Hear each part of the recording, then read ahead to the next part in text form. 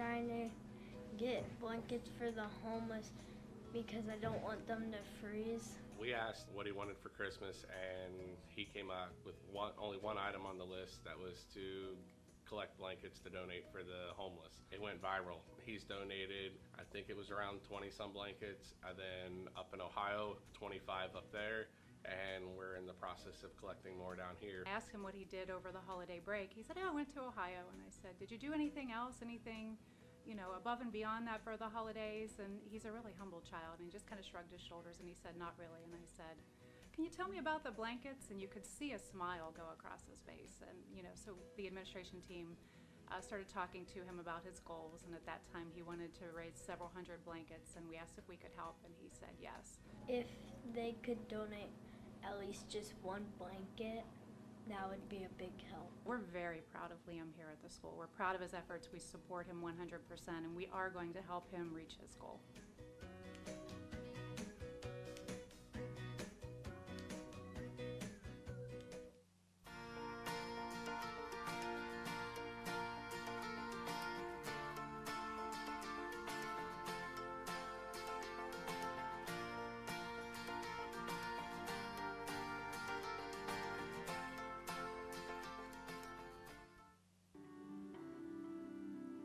I feel that I create a very different environment. My classroom is full of music and movements, and that's important to me because as a learner, I had a hard time staying engaged until I was in a classroom like that.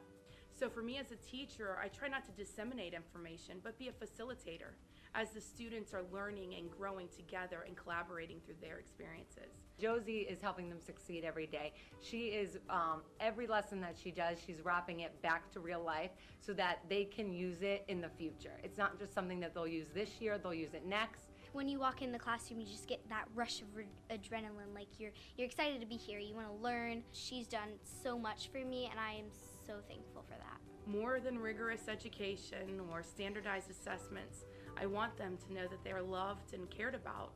And if they walk away knowing those things and feeling the pride that I have within them and the confidence that I've helped to establish within them, I'll know that I've done my job in helping create a better future for them.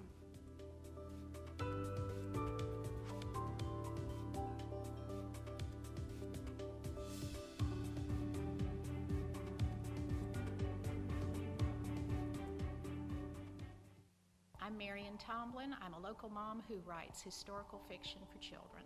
I try to create a connection between the reader and his or her community. I have found that telling a little bit of a mystery with our history is compelling. It's irresistible, actually, and it's fun to have the children say they didn't like history until they read my books. And now they not only enjoy visiting the settings they read about, but they'll bring their grandparents, they'll bring their parents, and then they listen to their stories. I spend a lot of time in the classroom grateful for the opportunities that the teachers in Volusia County schools give me to come in and discuss writing, not only the joys but the frustration. It took me 9 years to create my latest project, and when I have the children count on their fingers back to how old they were 9 years ago, it's a revelation that someone would identify a goal and they would pursue it through all the challenges and all the frustrations. Al Capone had been an actual visitor to the Ormond Hotel back in its heyday.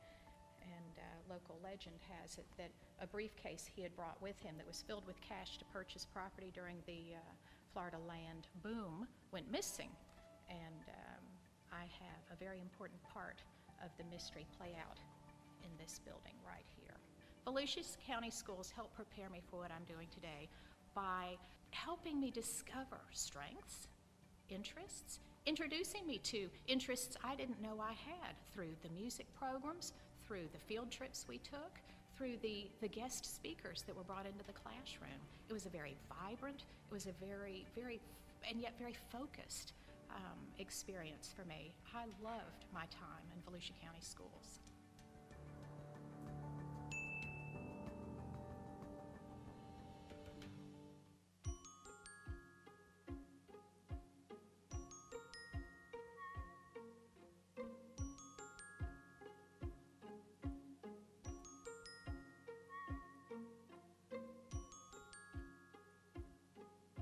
It's perfect here. I mean, it's family atmosphere, and I wouldn't change it for the world.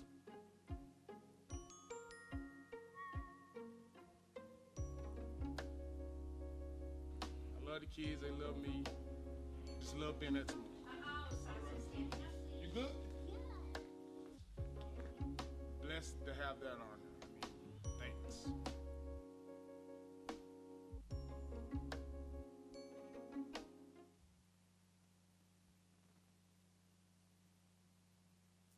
Hi, my name is Eric Nason, Sports Medicine Outreach Coordinator for Advent Health. I am so excited about our historic 5-year, $2 million partnership with Volusia County Schools.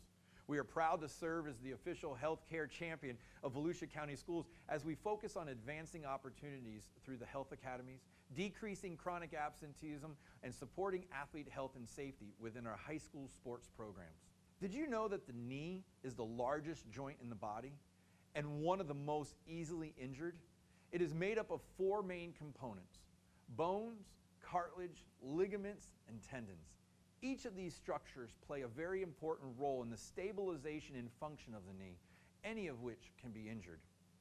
The most common knee injuries include fractures, meniscus tears, sprains and tears of ligaments like your ACL. In many cases, injuries involve more than one structure in the knee.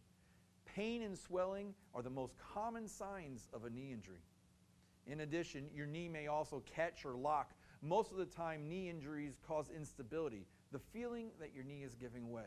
Well, knee injuries can occur from direct trauma such as in football, or a plant and twist type motion typically found in soccer, or simply the repetitive wear and tear on the joint such as in running.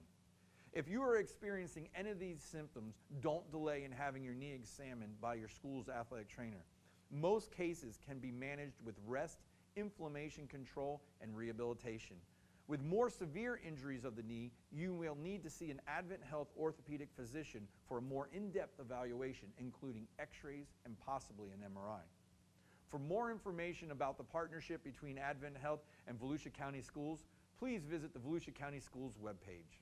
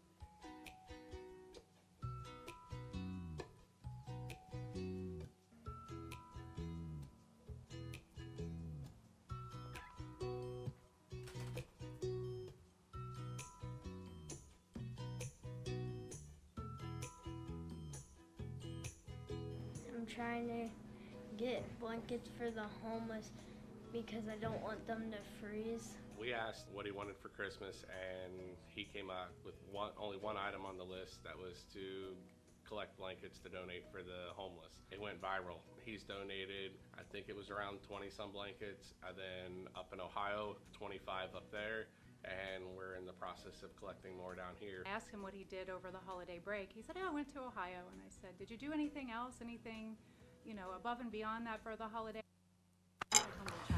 Good afternoon. We bring our Tuesday, February 11th meeting to order. Will we please stand for the Pledge of Allegiance? Immediately following the Pledge of Allegiance, we will have a... At that time, he wanted to raise several hundred blankets, and we asked if we could help, and he said yes. If they could donate at least just one blanket. Okay. We're going to have the Pledge of Allegiance by Mrs. Jessica Avila from DeLand High School, and you can come forward. And we are going to help him reach. She's going to sing the national anthem, and then we will have the Pledge of Allegiance. Go ahead, Mrs. Avila.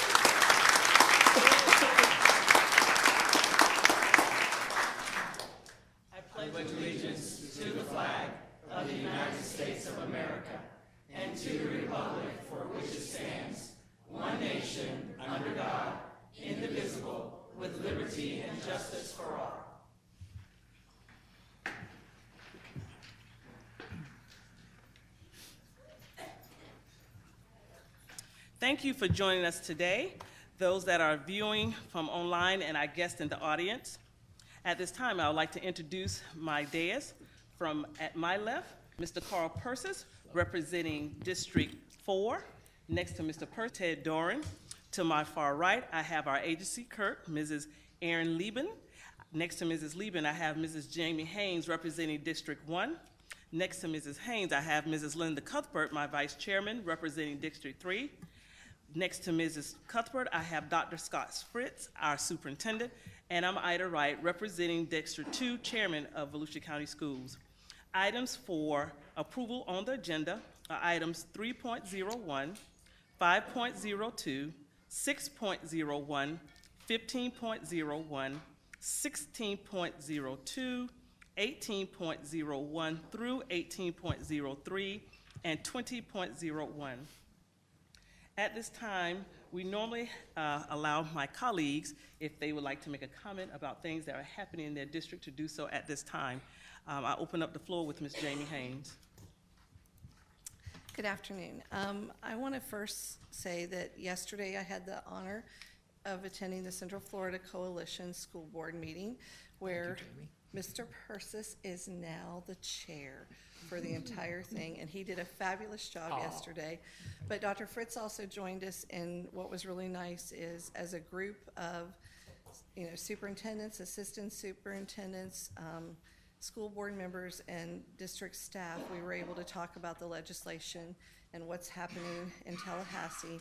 And we had some great conversation, and we did receive a document from Osceola County where the gentleman there had laid out all the legislation, and I think we'll get it forwarded to all of you so that you can see the highlights and what's happening.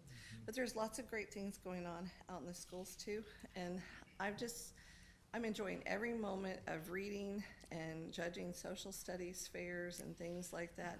But I think another highlight was last week when we honored all of our school counselors, and it was so great to see so many individuals in one room that every day are making a difference for our students. And I hope that in Tallahassee, they continue to recognize the difference that they make, and I'm hoping we'll have some funding so we can add to that. Yes. Thank you. Ms. Cuthbert? Good afternoon, everyone. This past Saturday, I was able to attend the Environthon at Spruce Creek Park, where our high schools competed against one another in soil and water life, in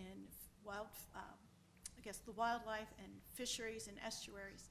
Teams from, believe it was Pine Ridge, Seabreeze, I think Mainland attended, Spruce Creek was there. University. I'm sorry? University was there. Oh, and University, yes, I had finished. We're all there, but it was the same team who came before us last board meeting, the Advancing Glaciers team from Spruce Creek High School, who won again. So congratulations to them. I want to congratulate our spelling bee winner. It's a middle school student from Creekside Middle. Congratulations to her. And her co-runner-up is from Southwest Middle, as well as it's important that we remember who our alumni are at each of our schools. And this Saturday ago, the CAPS Spaghetti Dinner, which is the Alumni Association at New Smyrna Beach High School, honored two remarkable former graduates of New Smyrna Beach High School, and that was Stephen Hardock. He's in his last year of teaching art at Coronado Elementary. He's the one who painted the rotunda at the Mainland High School Media Center, as well as Margaret Roberts. In her last position was the city attorney for Port Orange. So congratulations to all of them. Thank you. Thank you. Mr. Persis? Thank you, Ms. Wright.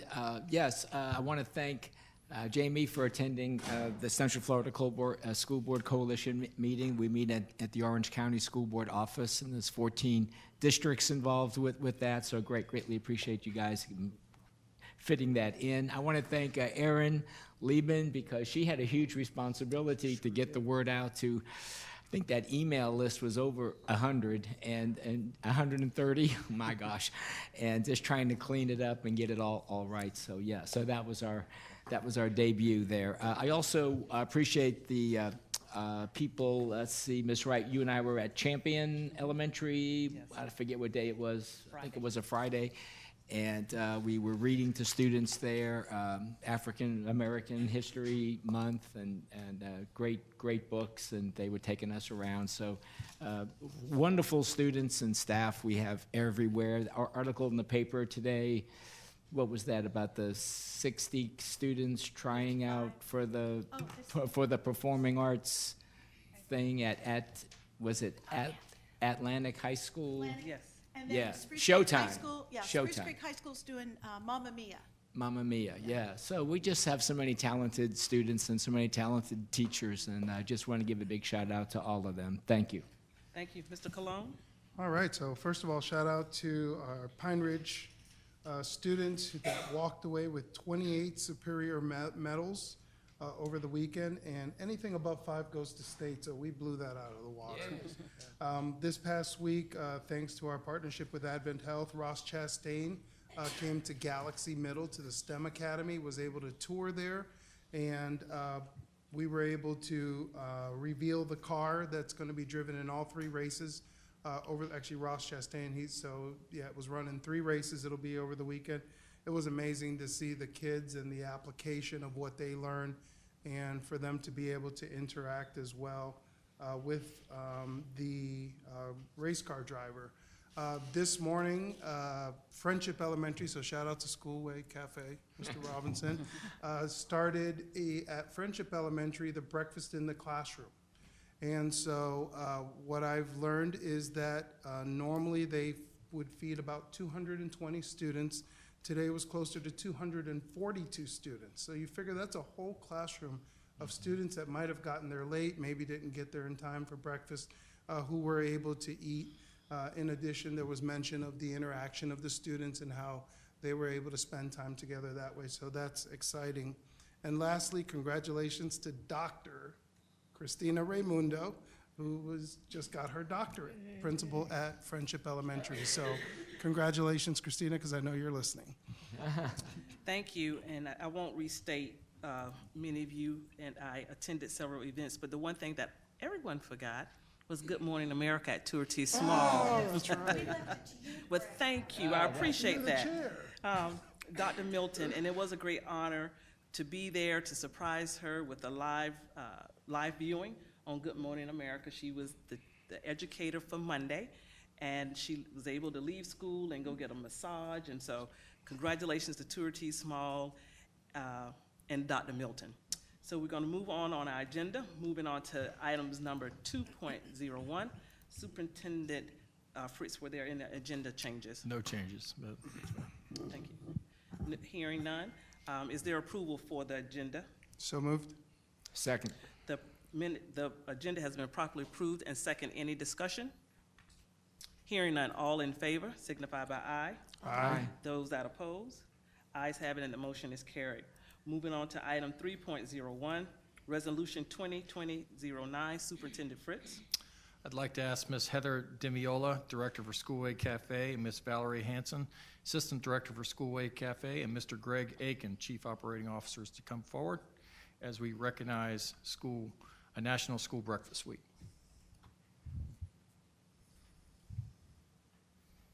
We have a special guest. Looks like I see that. I see that.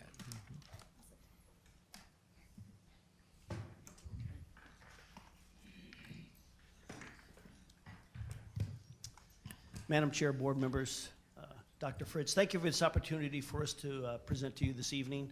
I'm going to turn it over to Valerie and let her introduce our new guest here.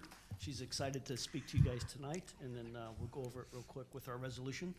Well, good afternoon. We are going to save our special guest the best thing about this presentation for last. If I can go ahead and start with the presentation. Good afternoon, Chairman Wright, Mrs. Cuthbert, school board members, and Superintendent Fritz. Schoolway Cafe's mission is positively impacting students by serving delicious, healthy meals.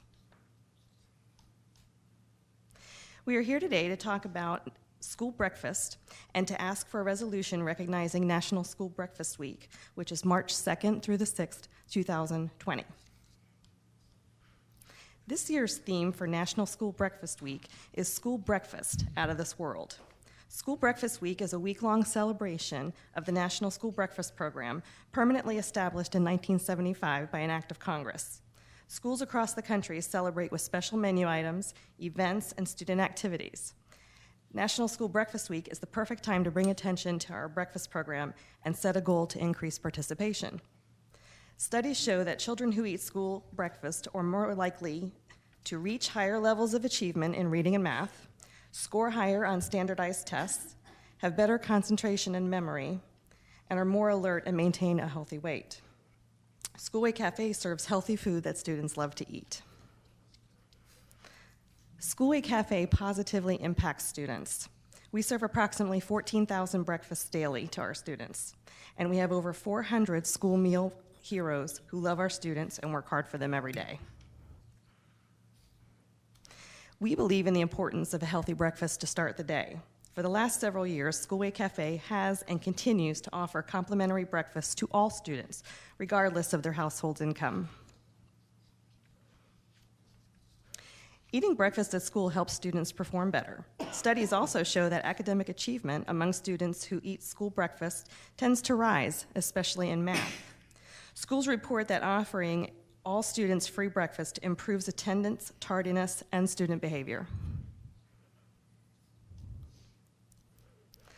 The Florida Breakfast Challenge, which is sponsored by the Florida Department of Agriculture and Consumer Services, No Kid Hungry, and the Dairy Council of Florida, compares the number of breakfasts served from January through March of 2019 to the number served from January through March of 2020. All of our schools are enrolled in the challenge. Schools with the highest increase in breakfast participation based on percentage could win a combination of cash for use in their meal program, equipment, and recognition. And here are just a few photos that we have that highlight last year's school breakfast week.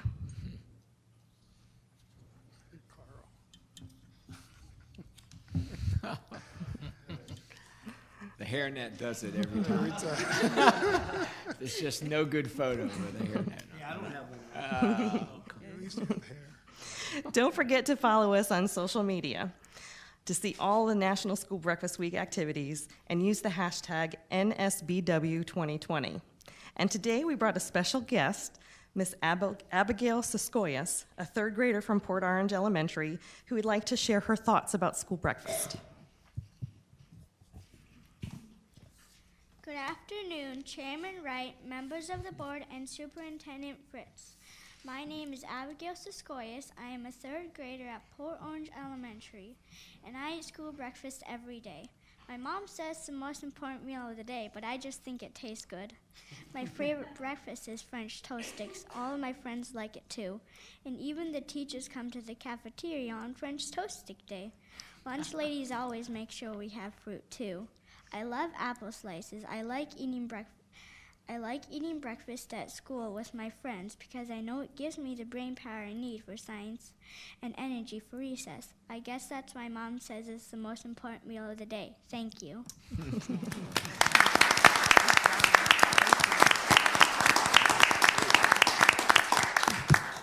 And we do look forward to seeing some of you helping us serve breakfast the week of March 2nd through the 6th. We know some of you have already reserved your time slots. Great job, Abigail. Yes. Superintendent Fritz. The superintendent recommends the approval of Resolution 2020-09, recognizing March 2nd through the 6th, 2020 as National School Breakfast Week. You've heard the superintendent recommendation. Is there a motion? All in favor? Aye. Aye. Those that oppose? Ayes have it, and the motion is carried. Again, congratulations and great job. Yes. Go Port I've Orange. done it without you. Very good. Good job. Thank you.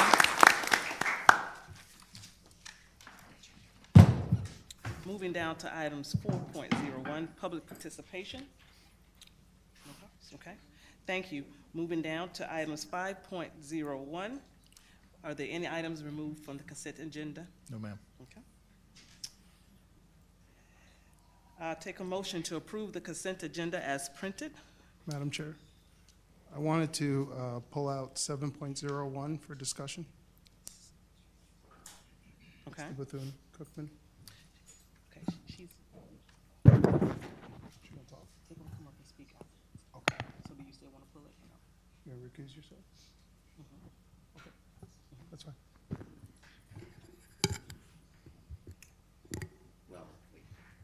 So we probably should go ahead and pull it. Yeah, go ahead and pull it.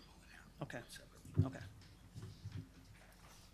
So on the agenda, 7.01 is dealing with the school improvement plan agreement with Bethune-Cookman University. So we're going to pull that and handle that as a separate item.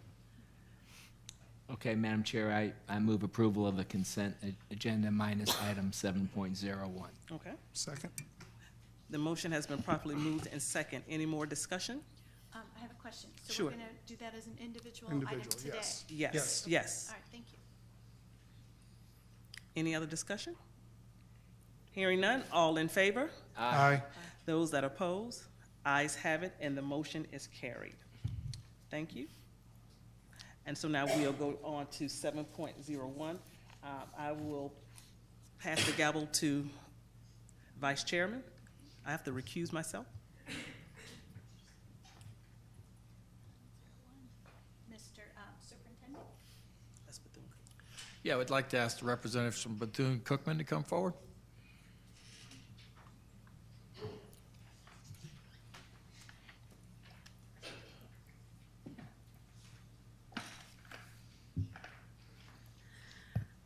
Good afternoon. Superintendent Fritz, school board members, to my colleague Ida Wright. I'm Helena Mariela Walren, and I serve as provost at Bethune-Cookman University. And on behalf of our board of trustees and our president, Dr. Brent Crite, we're just delighted to be here. As you know, Bethune-Cookman has a long-standing relationship and partnership with Volusia County Schools. I'm starting my 24th year at Bethune-Cookman University. 17 of those years I served as professor in the College of Education. And so I've had the pleasure of working with many, many outstanding and committed teachers throughout the years as we have worked together to prepare teachers. I'm delighted to say that many of them are still serving in Volusia County as teachers and assistant principals and instructional coaches, and just delighted to be here and to extend our collaboration and partnership through this endeavor between the Bob Billingsley School of Hospitality Management and Volusia County Schools. And I want to thank Dr. Williams-Bryant, the Dean of the School of Hospitality Management, and her staff, and the partners on the district side for working diligently and to make sure that we are now here and it's come to this point, and just delighted to see what other partnerships and collaborations we can engage in the future and what will come from this. So, thank you, Dr. Warren. And may I say thank you wholeheartedly to Miss Rachel Rutledge, who is the CTE coordinator from the Volusia County Schools, and Dr. Kristen Pierce and their colleagues for spearheading this opportunity, the Career Pathways Articulation Agreement. And this has been a long time in the making. We worked very hard to get it to this point. It is indeed a huge development in our relationship and will forge a pathway and create synergies between the Bethune-Cookman University School of Hospitality and the 9 high school academies in hospitality, tourism, and culinary within the county of Volusia. It will serve as a catalyst to engage the students and to give them an opportunity to learn about and study hospitality management. This is literally a game changer for us at Bethune. And the 10 college credits that they are they can earn, and that is the makeup of the agreement. The students will have the ability to earn up to 10 credits towards their undergraduate degree in hospitality. Will save them time and scarce dollars. So it will give them also access to a wide array of opportunities that are being left on the table right now, and scholarships, and ultimately lucrative career paths in the hospitality and tourism industry, which is vast and growing within our region. So it is hoped that this MOU will be the first of its kind that will pave the way for other disciplines at the university to create such partnerships with Volusia County Schools. So thank you to the board, thank you, Madam Chair and Mr. Superintendent, and we look forward to moving in this direction.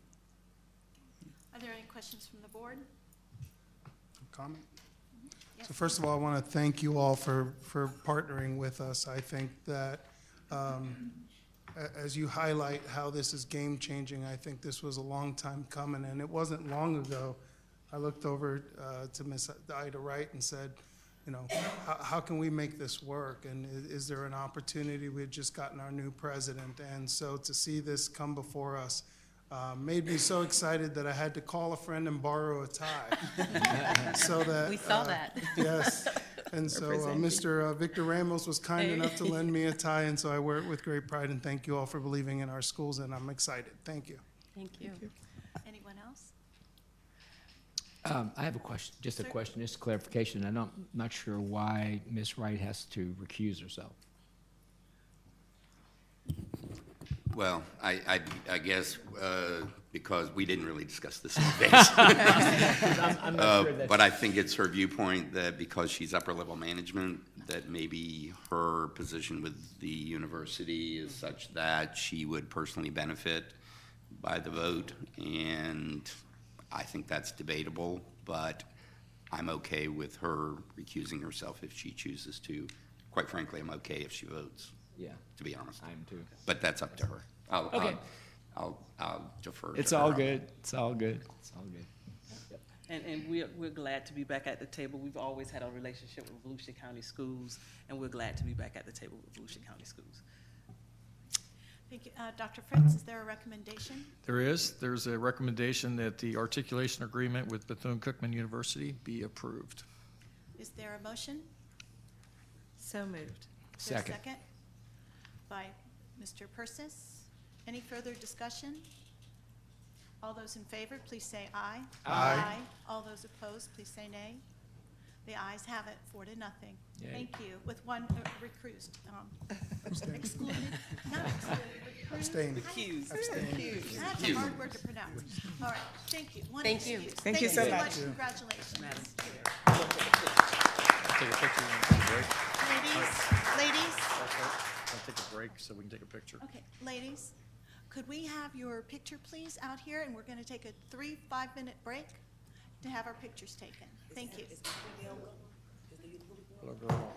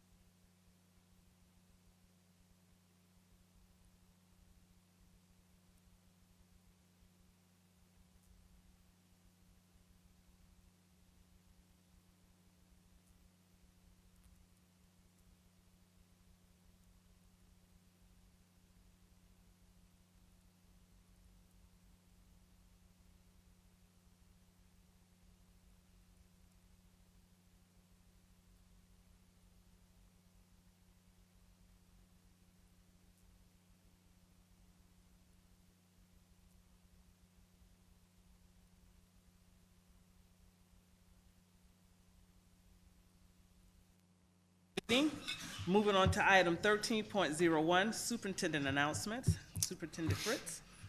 This Saturday, February 15th, we have the Regional Science Olympiad competition at 8 a.m. at Embry-Riddle Aeronautic University. On Monday, February 17th is President's Day. All schools will be closed. District offices will remain open. Also on Monday, February 17th, we have the National PTA Founders Day.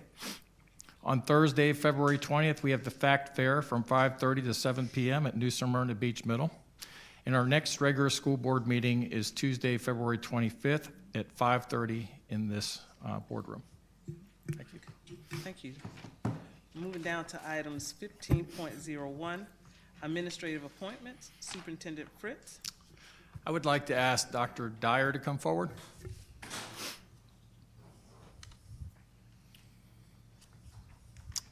Board members, as Dr. Dyer makes her way to the table, I'd like to share with you that I asked her to go out to Ortona Elementary School after our winter holidays and to fill in as acting principal. And I can tell you that she graciously agreed to do that. When she talked to me on the phone, she mentioned how important it was to be there for the children when they get back. And so as I showed up that first day to introduce her to staff, she was already there at work, working with children. And so when we advertised the position, we went through our process that I've highlighted for you in the past, where we did a community interview. We had teachers, we had parents, we had SAC members. They interviewed with our area superintendent, and we got 3 good quality applicants. And from that list, Dr. Dyer was the number 1. She came to the district office, the area superintendents and myself interviewed her again, and again, she was number 1.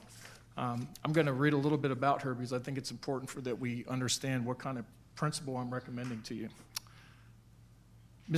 Dr. Dyer graduated from Stetson University with a bachelor's in secondary English education. She also received her master's in ed leadership from Stetson and her doctorate in ed leadership from the University of Central Florida. And here's a little subjectivity. She had the toughest dissertation chair there, Dr. Rose Taylor. No question, she was mine as well.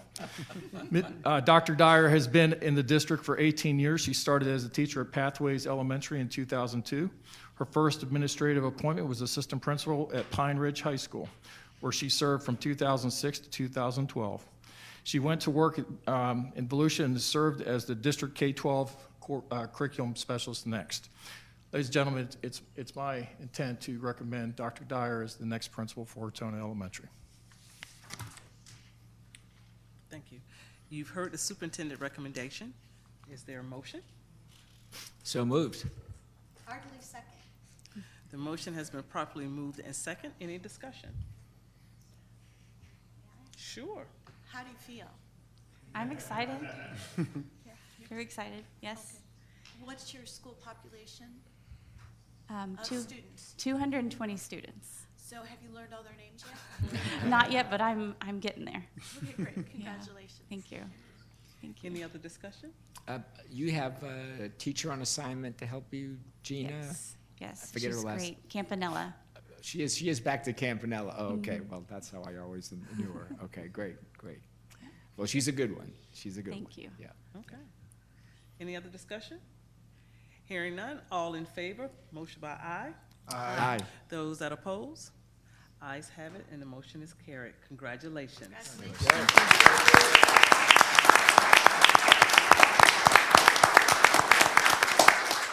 And before Dr. Dyer speaks, can I have Mike Dyer join Dr. Dyer? Mr. Dyer was Volusia County School Board former, I was going to say superintendent, Lord have mercy, general counsel. And he's now the interim general counsel for Volusia County. So welcome, and just want you to join your lovely bride. Thank you. Good afternoon, Chairman Wright, school board members, Superintendent Fritz. First, I want to thank you, Dr. Fritz, for trusting me to care for the students, teachers, and families of the Ortona Elementary School community over the past month. During the Christmas break, when I decided that my word for 2020 was faith, I really didn't know that God was going to take me quite so literally. But truly, it's been the best job I never knew I always wanted. From walking classrooms to opening slushies to holding snakes and giving hugs, serving as principal of an elementary school is an amazing, fun, unpredictable adventure that I feel lucky to take part in. I appreciate the support and encouragement of my husband, Mike, my sons, Luke and Isaac, my parents, friends, co-workers, and mentors. I am especially indebted to Susan Freeman, Rachel Hazel, Jen Williams, and to all the other principals who let me phone a friend whenever I had questions or situations that needed problem solving.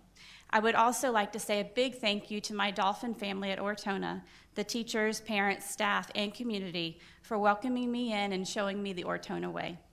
In any role that I have served, it has been my goal to ensure that every child has a safe education and excellent teachers who engage their students in rigorous, standards-aligned instruction.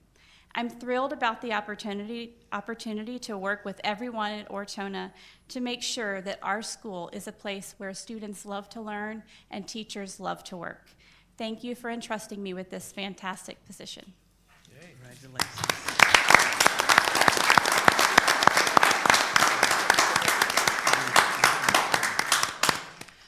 Don't go too far, Dr. Dye. You can have a seat right up front because we want to take a picture. Okay. We have one more, and then we'll take pictures, okay?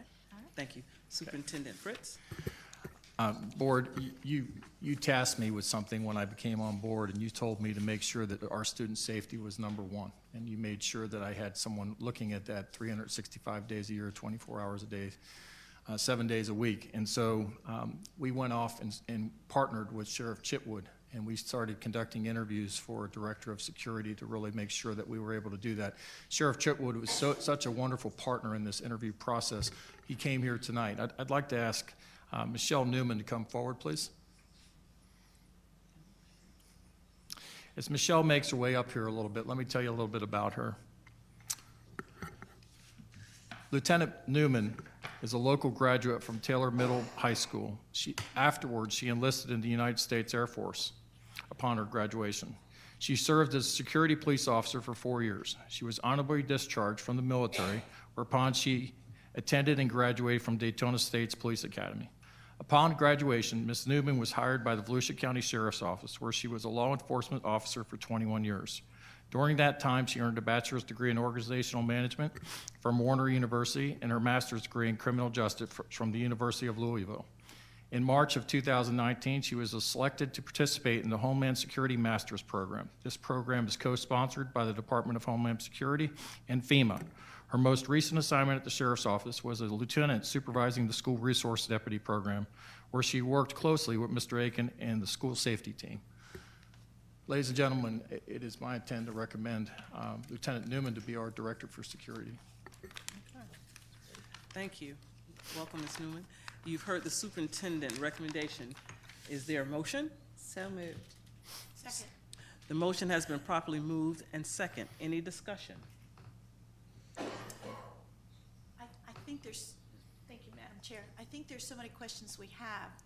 I would like to have a workshop about exactly your role, your job, what you're looking for in our schools. But let's wait a month or two until you become acclimated, and then come back and tell us what you think, based on what you see now as opposed to maybe in April. So I would like to hear from you what your view is coming from the outside and then coming into our school system, because I greatly, I give a great deal of credit to your opinion. So thank you, if you could do that for us. Thank you. And congratulations. Yeah. Thank you. Welcome. I think it's awesome. I think it's awesome that it's a female leading this whole charge too. Sheriff Chitwood, he just smiled when I said that, so that was good. What I'd like to know, probably just a little bit, is how she will continue to work with the Sheriff's Department as well as with our school district. How does you speak a little bit to that? Yes, I certainly can. Part of the reason that she stood out was her positive connections with the police department. And Sheriff Chitwood, I will share with you, said to me, quote unquote, she's next on the list for captain. Yeah. So I knew I had a good one. And so that partnership was defined. We talked about that quite a bit, that she would work with the SRDs. Her job is going to be one where she goes around and she checks our security. She's going to be responsible for training. She's going to be making sure our administrators know what to look for and receive that training. I did go ahead and team her up with one of the leading ones in our state that I feel like is an excellent director for safety and security, so she's going to job shadow. She is going to finish her program for the Homeland Security because I think that's really important for us. But she will be working not only with the sheriff, but this is her soft report, she'll be working with Greg, but safety's got to be so important that she's going to be evaluated by me. I see. And so then she would be making recommendations at various schools, Yes. the ways Yes. that they could do things better, more Yes, efficiently. and I will tell you that I told her in the interview, and the principals will hear it on March 4th from me. When she says it, it's expected that it gets done. Great. That's what we want. Thank you. And so I want you to know, and I think you've heard this already, but you have our full support. And everything you do matters to us. And so make it happen, and thank you for choosing us. Thank you, sir. I want to say congratulations, and I was so excited when I read the part about the United States Air Force because that's near and dear to my own heart. I have someone currently serving in the Air Force, but I also want to say thank you for returning to your community and to being a part of this, because this is what we want for every student right now that we're educating. We want them to go on and find the career that they love, and we hope and pray that they'll return and be an active part of our community. So thank you. Thank you. Thank you. And hopefully, I'm sure you're excited. I see your family, but let us take the vote and make it official. And then we'll hear from you. You can introduce your family, and I'm sure the sheriff would love to say something. I've never seen him speechless. I've never been a microphone in like. So you've heard the recommendation of the superintendent. Ready for the vote? All in favor? Aye. Those that oppose? Ayes have it, and the motion is carried. Congratulations.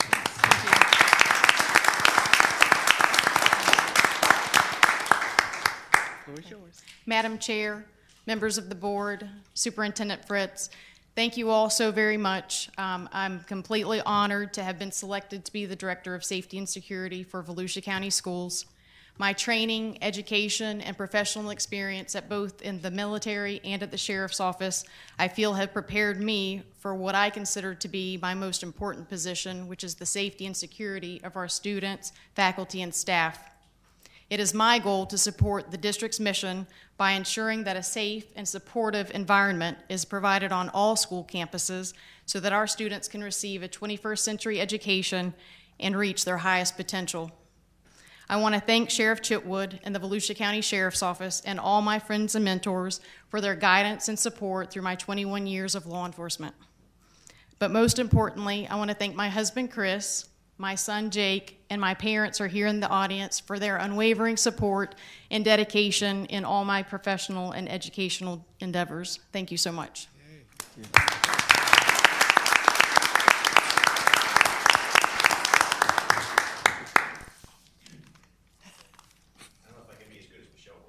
I think when the superintendent, first of all, you need to know the process that went out there. You should be so proud of your HR for putting this together. You got some really great applicants. I think the thing that made Michelle stand out is her current assignment is oversees the SRDs. So she knows all about the law, knows all about the problems that are going on. And the one thing I talked to the superintendent about is she's hungry. She's got a passion to succeed. And that's, I think, the key in hiring her is that, her passion to succeed and her passion for her job. And we're going to miss her, but we're keeping her on as a reserve deputy so that she'll have the powers of arrest, she'll have a badge, she'll have everything. She'll still have that connection to the sheriff's office, and we're here to support in any way we can to make sure, as the superintendent said, when people hear Volusia County schools, they're going to know that we're the model for school safety in the state of Florida. Very good. Thank you.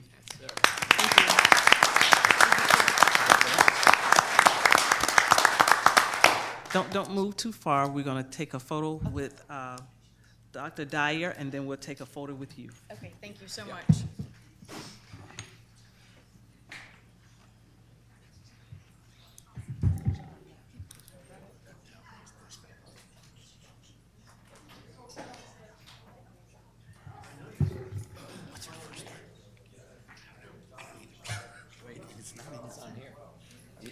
Oh, it's a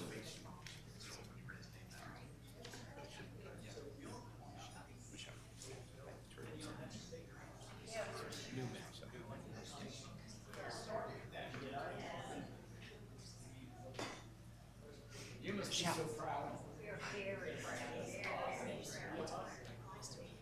You gotta be proud. Wow. Yes, sir. Very happy.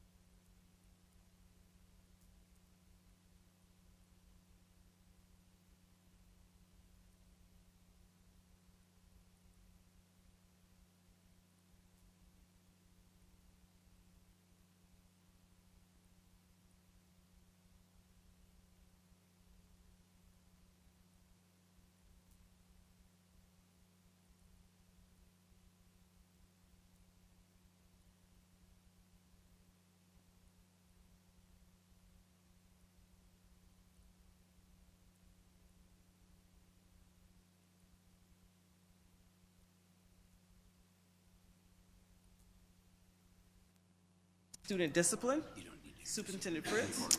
I'm going to ask Ms. Susan Freeman to come forward. Ms. Freeman has graciously filled in. Ms. Rowland was called away, so Ms. Freeman's going to fill in for this evening. Good afternoon, Chairman Wright, board members, and Superintendent Fritz. The District Student Placement Committee is recommending to the superintendent that he requests the board extend the suspension for the identified students through February 25th, 2020. Student Alpha ID 1UHKY, 1QNCW, 1QLPC, 1QKOR, 1SBJR, 1YGXU, 1TEAM, 1SFSJ, 1TQMW, 1SNYZ, 1QDQQ, 1QCML, 1VRTL, 1QUDI, and 1YAVG. The superintendent recommends the board extend the suspension of the students identified from school attendance through February 25th, 2020 for the purpose of further study evaluation. You've heard the superintendent's recommendation. Is there a motion? Move approval. Second. The motion has been properly moved and second. Any discussion? Hearing none, all in favor signify by saying aye. Aye. Aye. Those that oppose, ayes have it, and the motion is carried. 16.02, Superintendent Fritz. Go ahead, Ms. Freeman. The District Student Placement Committee is recommending to the superintendent that he requests the board extend the suspension from school-sponsored transportation for the identified students through February 25th, 2020.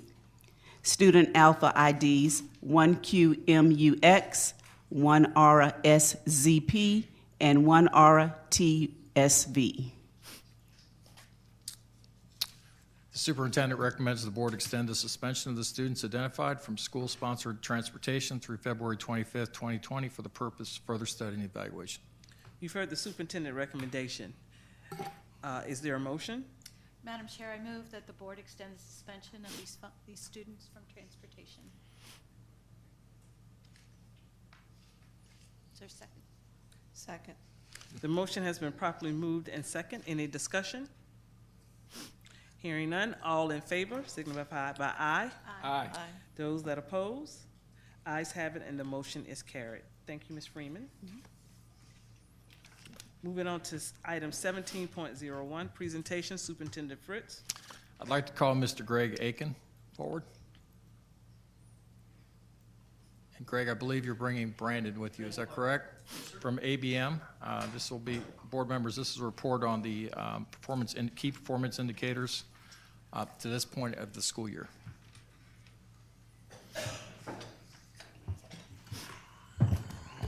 Okay, let me get this called up real quick. Madam Chair, board members, Dr. Fritz, thank you for this opportunity for us to come forward tonight to talk about our ABM contract we currently have. As you know, 2 years ago, we actually extended the contract for 5 years. This contract ends in 2023. Briefly, what I want to show you is our APP, or APA Level 2. Last year, our scores, what we actually scored them on, and that's the presentation you're going to see from Mr. Clark, so that'll be just a few minutes. The APA Level 2 last year, we scored at 80%. This year, through the summertime, we actually worked and we moved up the score to 85% for a pass rate.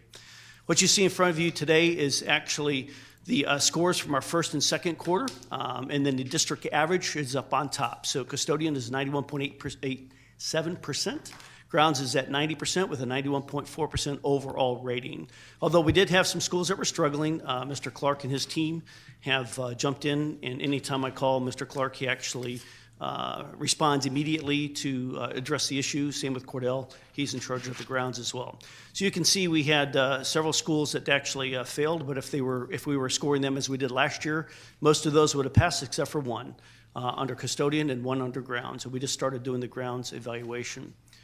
The next slide is a report card. This is an opportunity for our administrative staff, either the principal or the assistant principal, to respond back to ABM on their overview of the cleanliness of their campuses. This is their opportunity to lay out exactly what their concerns are and address those as well, and they can actually contact them as well. As you can see, we have an 88.75% response rate, and most of those that we have at hallways, et cetera, all the way down to district average, we're above the 80% there. Response rate here in the past has been about 64% from the principals back to us. We've asked the principals here recently, we would like to see 100% because it's their input, it's their campus. We want to hear from them to see what they have. So let me get into Brandon. Mr. Clark is our coordinator. He's the one I work with and contact all the time to make sure that we meet what we currently have. And I don't know why that didn't go into a presentation mode, but go ahead. Mr. Clark. You want to change seats? Yeah, we can change these, yep.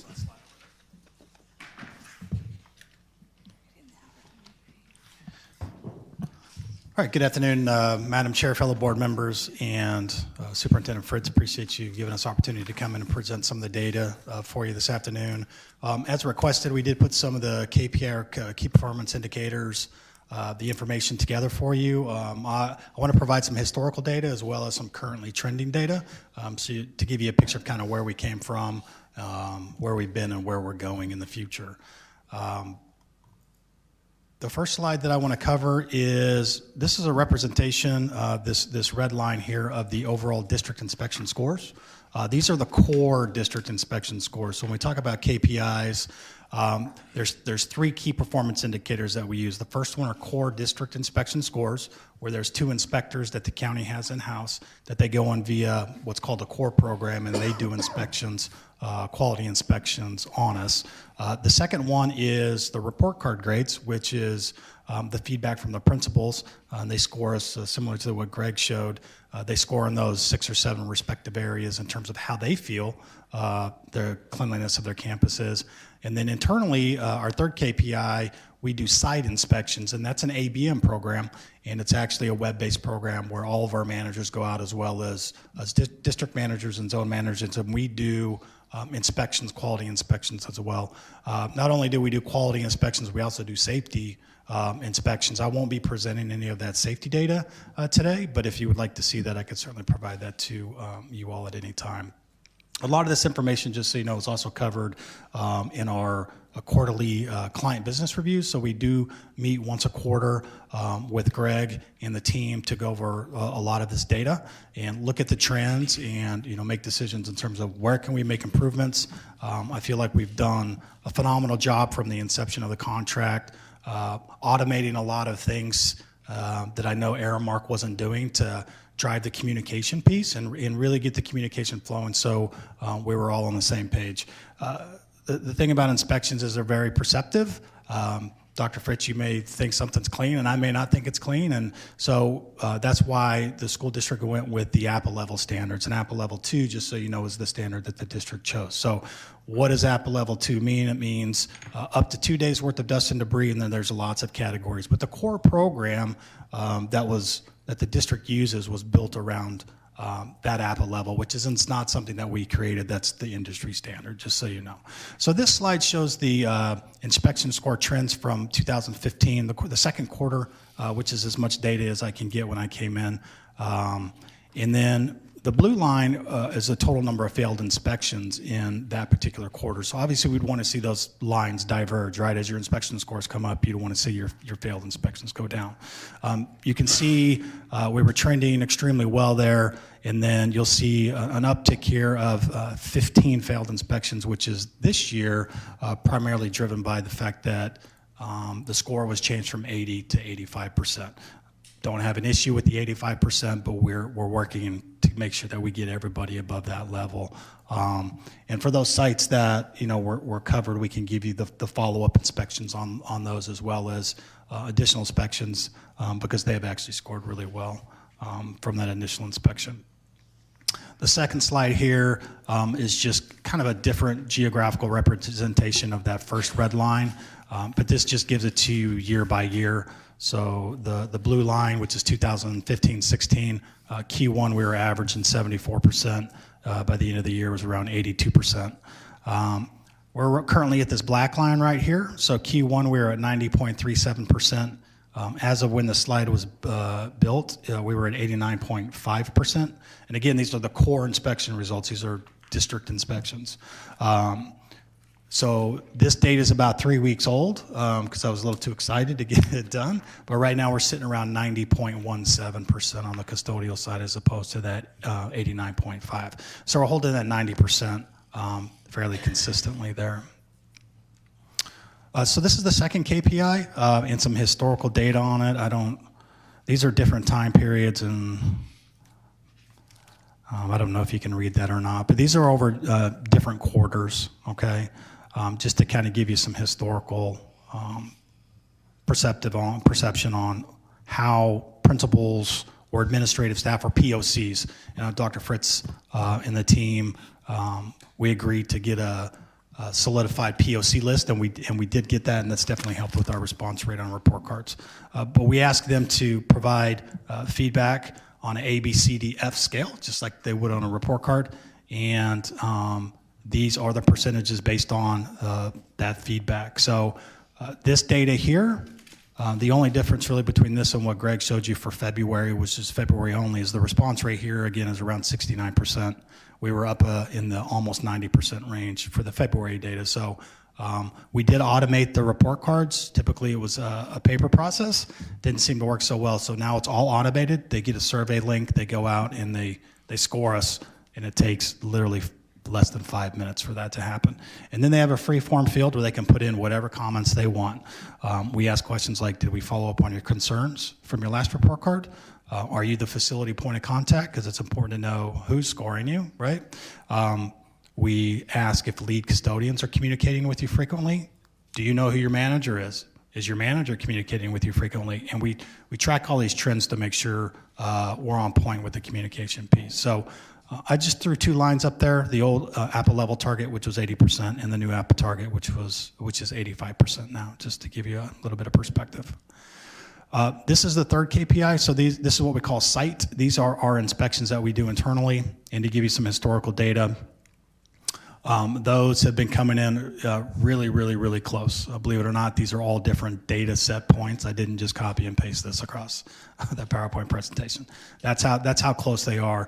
And more interestingly, we did 1,221 inspections since September through January. So we're doing a high volume number of inspections internally.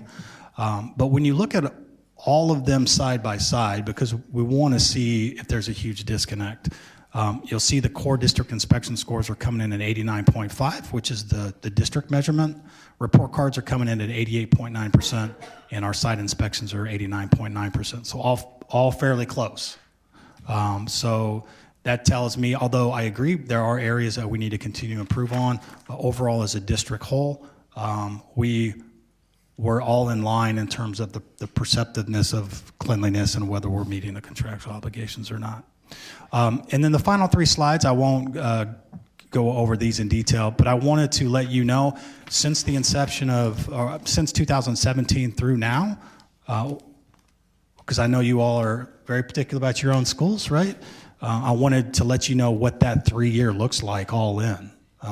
So anything below 90% I highlight as a risk site, and we focus on those heavily. So we do have high-risk sites that we've done a lot in, increased pay rates, done a lot of unique things that are definitely making improvements, but there's always going to be improvement to make, and we just want to make sure we keep going forward with that. And then the final slide is, I know there was a question. So those are the KPIs on quality.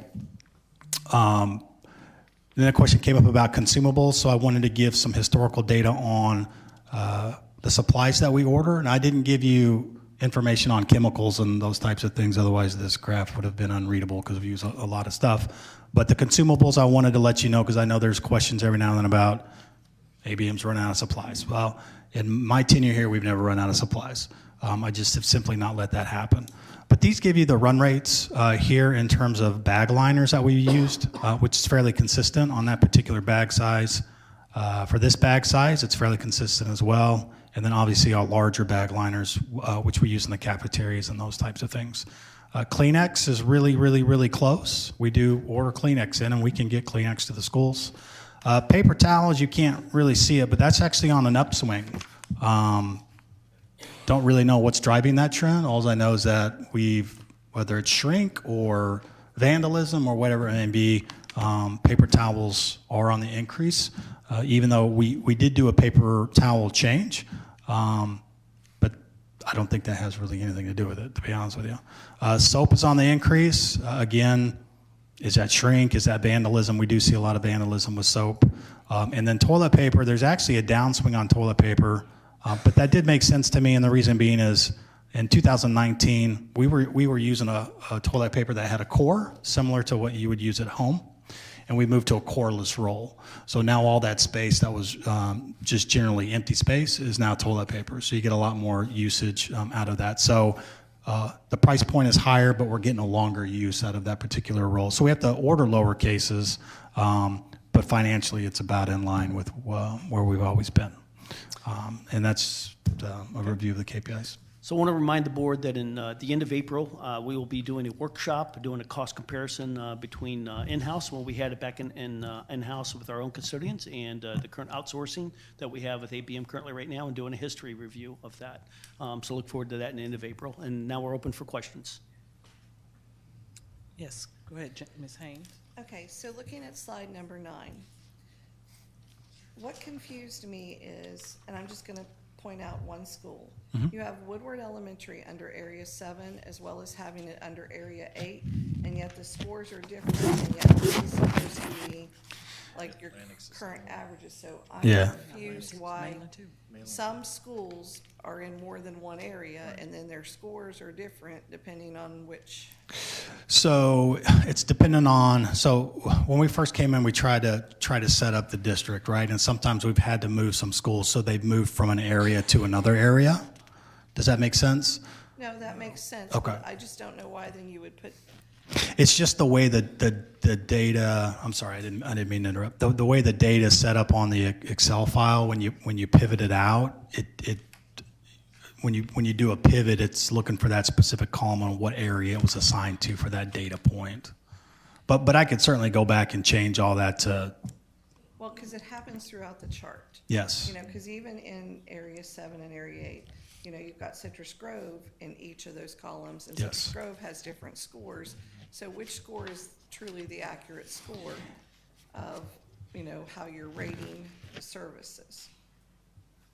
Yeah, we would have to combine both of those percentages. Madam Chair, I have one Go more ahead. question. On slide number 6, so it says 88 inspections were completed this year, or compared, you know, for that time period compared to the 133 last year. So we have a 33% reduction. I'm not sure on inspections, we want a reduction. Don't we really want inspections happening so that we can ensure that our students and teachers are in clean environments? Yeah, so I can answer that one. What we are in our we're in our third quarter currently right now. We have not finished this school year yet, so we do we go 4 cycles of inspections. We're in the third cycle. That data is showing you the current year, where we are today, and compared to last year and those type of things. So I think these data points are, we can compare it back to 2017 all the way back through and show you the trend that we currently have today. We're only in the third quarter right now. We're not quite done with the third quarter today. And I don't know what, Brandon, if you want to add some more into there, but that's some of these data that we're looking at as well. Yeah, I mean, I know the inspectors are a little bit behind, but their intent is to make that up. But as of this data point, that's where they were at. So it doesn't mean in the long run that they're not going to get the number done that they would typically in a school year. So are these the in-house inspectors? Yes.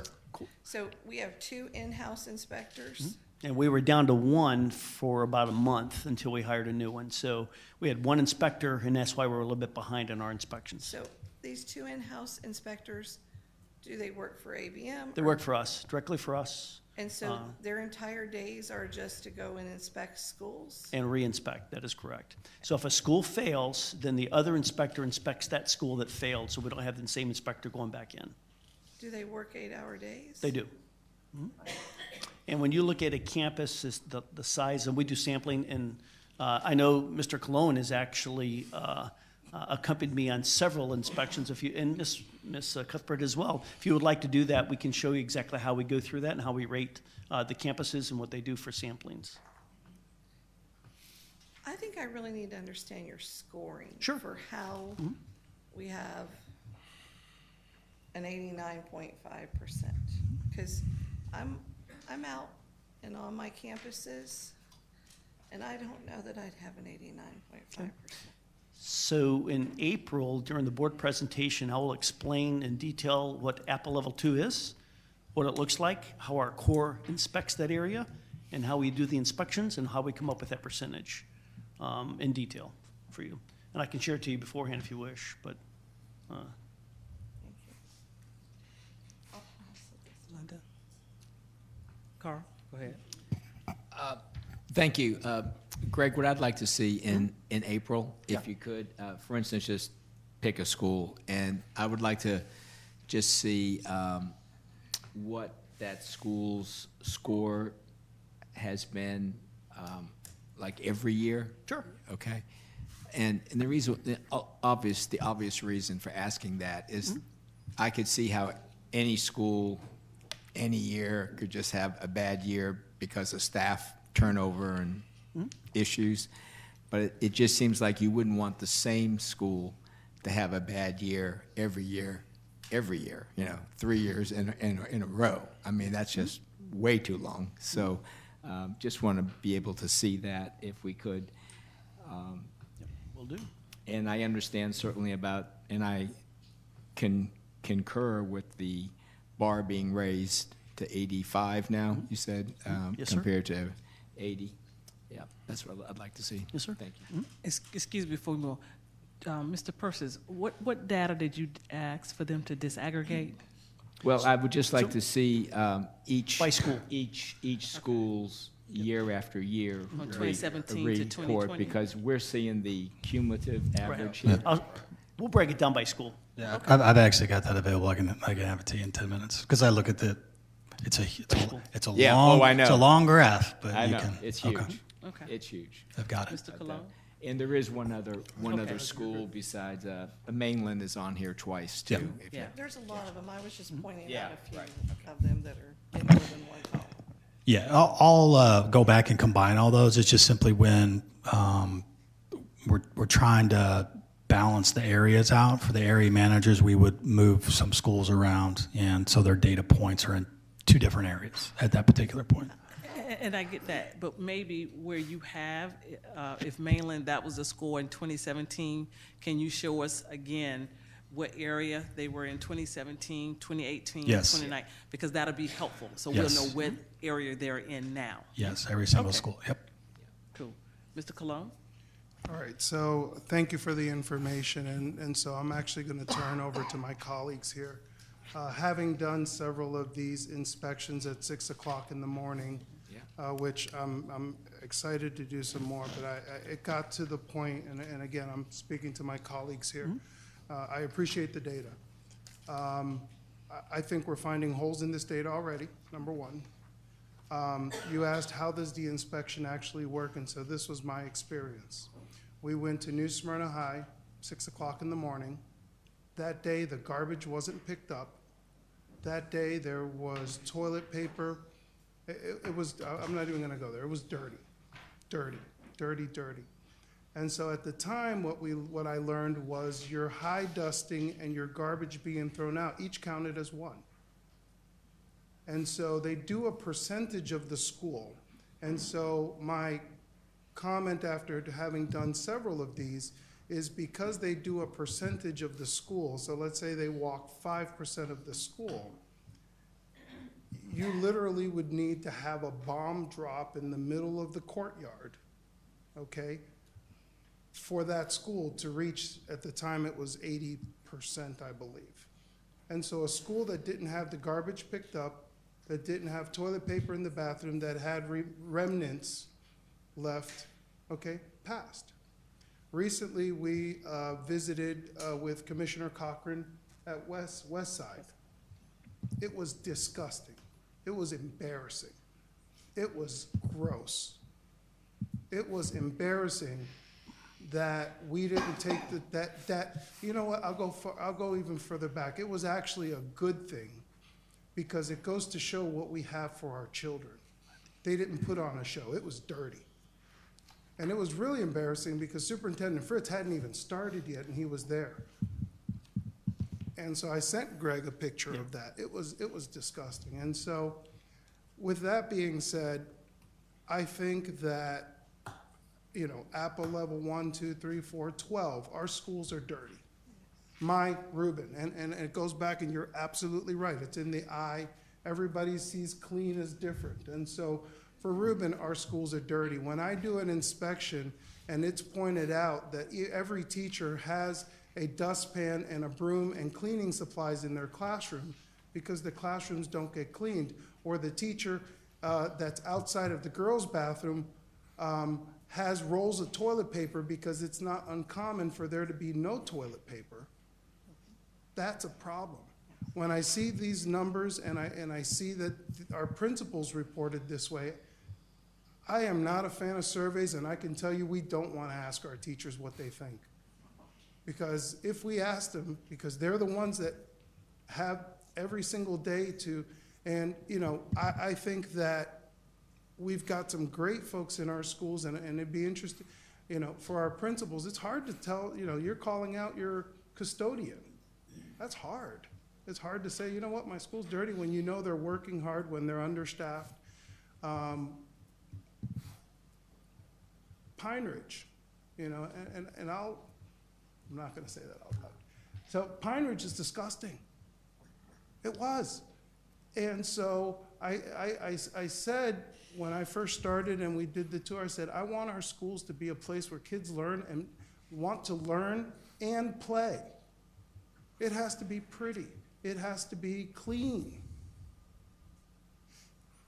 And I walked out of that meeting because I said, obviously, clean is subjective. And so I welcome the conversation in April. I welcome, because I know that there are clauses, I welcome the conversation, but I would challenge to say that right now we are not saving 1 penny because our schools are dirty. And so, again, this is something that we started to talk about early on, and then other priorities came into place. But, I mean, kids are kids. Kids are going to be, I'll never forget, we went for, Michael Waltz did his event at, where were we? Spruce Creek. At Spruce Creek. And we walked up to the school. It was a Saturday afternoon, and there were lunch trays all over the front of the school. It was embarrassing. I joined Polk Pasco, one of them came to visit our CTE program. It was 8:30 in the morning. There were lunch trays on the stairwell. It was embarrassing. And we're talking about, 12, 16 hours later. And so I look forward to the conversation, Greg. Like I said, you ask, and I've asked my principals, are your schools clean? They'll tell you yes. Then you ask them, was it better when these folks were in-house? Oh, hands down. And so and again, this is coming from someone who wasn't a part of the initial conversation and who's done probably 4 of these 6 a.m. inspections. When I have to say, hey, I've got flu at a school, let's make sure we wipe the surfaces, because there was not one, actually, sorry, I take that back. Freedom, no, which is the one in Lake Helen. Freedom? Volusia Pines? Volusia Pines was the only school that I found that we found that it was like, wow. And, kudos to the custodial staff there. A lot of our schools that are doing great are because the folks that are there were the ones who were there before. And so, again, I'm not speaking to the data. I just look forward to the conversation in April. Okay. Thank you. And then I'll come to you.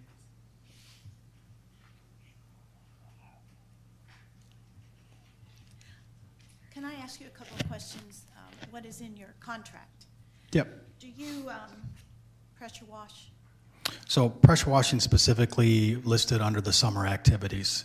It's listed as periodic, but we do pressure washing throughout the year. Okay, do you pressure wash at least once a week outdoor cafeteria areas? No. Because a lot of our schools. No, we do not.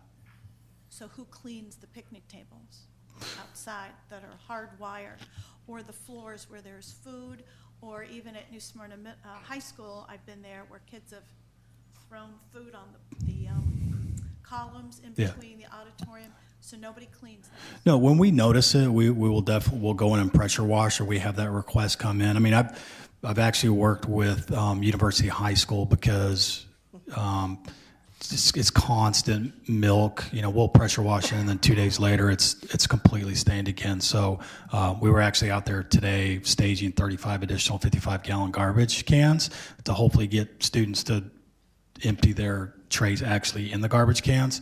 So it's not that we ignore it. When we see it, we will typically be on it right away. Or if there's even a request that comes from the administrative staff. But I know, we've had requests to pressure wash every single day, and we don't pressure wash every day. Now, if there's a spill, like outside of a cafeteria, if there's a bag that was being carried and had a leak in it, the custodial staff should be flushing that down or washing it down so it doesn't stain. There's been a stain out on the walkway in front of Reed Patillo for a long time. Yeah. And obviously, nobody has looked in that direction, even though teachers have said that stain is there, and it is a chocolate milk stain. We have a lot of outdoor eating because the state law says we can only have so much square footage in our cafeterias because it's not used 90% of the time. Deltona Middle, I know Spruce Creek High School are both very overcrowded. Kids are all over the schools eating. I see brooms being used. I don't see mops being used. And I don't see the pressure washing. There's food all over the place, and it's stuck, and it's been, the sun gets on it, we get ants, then we get termites. Kids get, I guess, ill. Why do you wait for a request from the school campus to pressure wash? I mean, you only pressure wash when there's a request? No. When we notice it, we will pressure wash it, but that's not an activity that we do every single day. So in the conversations that we had with the district, we actually, spoke about what would it look like if we were to do a pressure wash person every single day. Okay, is there a way that you would commit to doing it at least once a week? We could have those conversations, yes. Okay, do your custodians have vacuum cleaners? Yes. I've never seen one with a vacuum pack, and when I visit schools, I've never seen one with a vacuum cleaner. A lot of we're rebuilding our schools. We have 2 beautiful new schools at Pearson Elementary as well as at Chisholm. We're going to have another one at George Marks Elementary on the west side. We would really like to keep those schools pristine. It's easy to keep a new school clean, but as I noticed on a slide where New Smyrna Middle has an 85% rating. Let's see, where are they? I think it's slide 8. It's 85.6 in area 4. It's the lowest. Coronado Beach Elementary, very small school, at 94. I can understand 94.9. Do you commit more energies to the larger, more crowded, older schools? Absolutely. So when we talk about New Smyrna Middle, and that's a good example, when inspectors go in and do core inspections, for example, you have a set of buildings in the back that are inundated with terrible mastic, which is what keeps the VCT on the floor. And it's a water-based mastic. So anytime you refinish that floor, you're always going to get water penetration in there. So every time, 2 weeks after a floor's been finished, that mastic starts to bleed through. The inspectors are making note of that on their inspections when there's that's below the wax. That's something that really needs to be addressed from a facility standpoint. And then, there's baseboards and those types of things as well. So, Greg and I and the team have, we've tried to find out the best way to score all this, but also capture those as well, because we want to partner in terms of, what's custodial versus facility. But if your inspectors are in there, we got to find a way to report that, right? If there's an issue. So we're working through that as well. I don't know if that helps answer your question or not, but. Not totally, but okay. I understand what you're trying to say. I think what really hurts a school is when some workers, for example, maybe 3 workers would be committed to a particular school, but 2 of those workers are transferred to another school that evening, leaving 1 person to do all the work. Right. Because either somebody hasn't shown up or there's a visitor coming to another school for that morning. It's making it very difficult on your employees. I know a lot of your employees. A lot of them are local kids who have gone to our schools. I've had some former colleagues who in retirement want to pick up an odd job. And I know you demand a great deal from your workers with not a whole lot of pay and no benefits.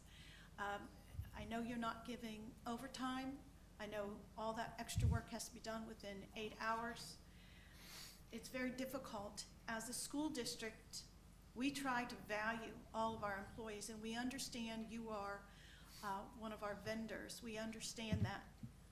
But we feel very closely associated with those custodians because we want them to care for our campuses.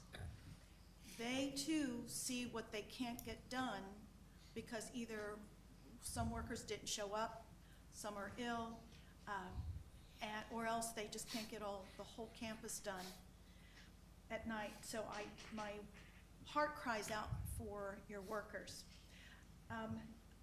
Your groundskeepers, we were at Terry T. Small the other day. It looked very nice. We could tell your grounds crew were there recently. There was fresh mulch, the grounds were edged. But when I asked one of the assistant principals, I said, "Aren't you glad this is great?" She says, "It's sad that we had to have Good Morning America show up in order to get our grounds in pristine condition." And I said, "Well, how did everything go?" She said, "The mowing was all over the place. It got all over their cars in the parking lot. The AP went up to one of the gentlemen who did the mowing because he was blowing all the grass away from the road and it was going onto the cars. And she says, "Well, can't you blow some of that off the cars that you put on there?" He says, "We don't do that," and walked away. Those little things, I guess, have a bitter pill as we are concentrating on learning and our students and safety and security in our campuses. We're not supposed to have to always contact you for tissue paper, which a lot of times New Smyrna Beach High School does not receive. We're not supposed to have the onus upon us to constantly request. We hired you to take care of the cleaning for us. The safety and the security is very, very important to this school district. And when I spent 2.5 hours at Reed Patillo, January 2nd or 3rd, and I saw in the media center a full garbage can full of Christmas partying. They had I guess, a celebration after school, and it was still sitting there all open in the media center. It had been there for 2 weeks. So, and I also noticed on your slide 4, I saw from the orange, the dark orange to the lighter orange to the yellowish, that goes from like almost a year ago to what's happening just recently, and there's not much difference. I don't see an improvement where anything is moving in a positive direction. And when you look at the restrooms and the classrooms, those are the 2 most important places. We're supposed to be clean. That is unacceptable. 87 is not acceptable, especially when we're dealing with almost a pandemic going on right now. We don't know where our flu or I don't even know how to pronounce the carnivorous. Corona. Thank you. My daughter's the medical person. We have to make sure everything is as safe as possible. When I worked with the Cuda Cafe during the school lunch week, I walked the Cuda Cafe attendants had to go out and clean the tables. So they're doing that, plus trying to get the kitchen ready, and then plus getting another lunch together. It's what, 20 minutes separates those lunches? I mean, I helped them, and it was a lot of cleaning and a lot of surfacing. And I also watched ABM come in and try very quickly in the 20 minutes to clean up the messes. There's a lot of sweeping going on, but the chocolate milk, the milk that was dripped, was not cleaned up. So you have another group coming in and stepping in all of that, making it a lot worse. It would be nice to have a bucket and a mop just to pick up those areas. When you clean hallways, you use one of those big buffer machines? Yes, ma'am, an auto scrubber. Yep. When you go from, for example, Creekside Middle School has 3 separate buildings. Building for 6th grade, 7th grade, and 8th grade. Do you have your operator change the water as you go from hallway to hallway to hallway? So those are large capacity machines. They have a T5 over there, so there's no need to change that water. It'll stop dropping water. So the clean water and the fresh water are housed separately in the machine. So could I imagine that the 6th grade, if they get their hallways cleaned first, those hallways are a little bit cleaner than the 7th, the 8th grade? No, it's fresh water comes out of the freshwater tank only, and then the dirty water sucked up into a separate tank. So it's all on one machine. it's all in one machine, yep. Okay. How often do you clean the walls in the bathrooms? So we have a Kaivac available on site. We typically like to use those every single day in the restrooms. Okay, So restrooms are what they would call APA Level 1 standard, which is gleaming, right? So just so you know that those are held to a different standard as opposed to other areas. Okay. And you realize that kindergarten and pre-K rooms have a different standard of cleanliness than fourth grade classrooms, correct? Not via APA Level 2, they don't. So, and I don't, please don't misinterpret. I'm not disagreeing with any of your comments. You know, for example, wiping of the tables. The contract is specifically written that is not, custodians are not to do that. So. Well, that's why I said that Yeah. people did it, but I was just verifying. I went out to do it so I could also see your gentleman working. Let's see. On slide 5, Mm-hmm. number 2, the 89.80% from April through August. Doesn't that reflect summer break? Yeah, but we still do site inspections during that time frame. But isn't that when all the deep cleaning occurs? So wouldn't that be typically higher? Because there are no students on campus. No, because we're doing it from April through, it's not like we're doing it at the end of summer. We're doing it through that entire time frame. So, no, I don't believe it Well, I would. would think that Now, if we, June, July would have brought that percentage up. And then when we go to a 920 to 120, there's Christmas break in there, and we're off a whole week of Thanksgiving as well. Mhm. So do your workers work during those breaks? yes. Because when I was at Reed Patillo, not much was done. Mhm. Do you do windowsills, or do you clean blinds?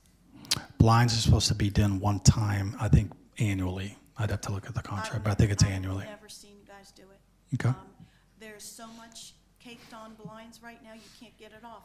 You have to get a cleaner. You can't dust them anymore. What about windowsills? Yes. I've never seen, the windowsills that I've seen, I put my hand on and it's filthy. Okay. And those are part of the core, that's some of the core inspection categories as well, and I know we'll go through the workshop to show that. But. I just want to say, the company you bought out, GCA, did a much better job than ABM. I can't tell you how disappointed I am with your service. I think you have some marvelous employees. Some of them are extremely hard workers. I'm sure a few others are not. But there was one worker that we had at New Smyrna High for 20 years. Mm-hmm. She left. She just couldn't take the low pay anymore. She was offered a little higher pay plus benefits, which let her move. But because of her pay, she lived with her daughter and grandchildren.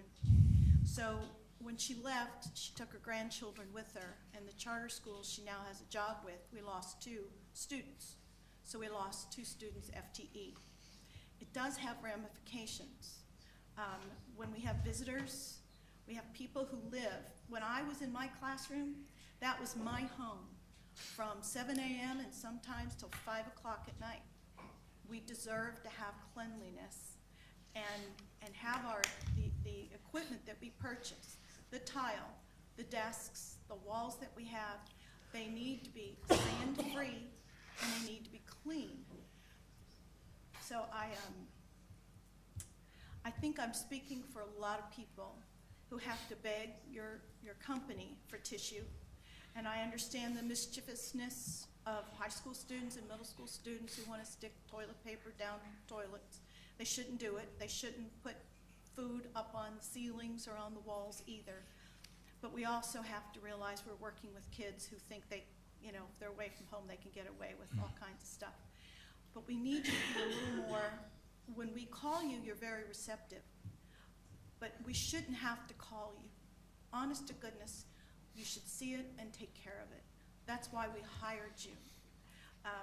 And that's why I have asked the superintendent to start investigating to see if we can start going back to our own employees. because I feel that we as a district cannot depend on you all the time.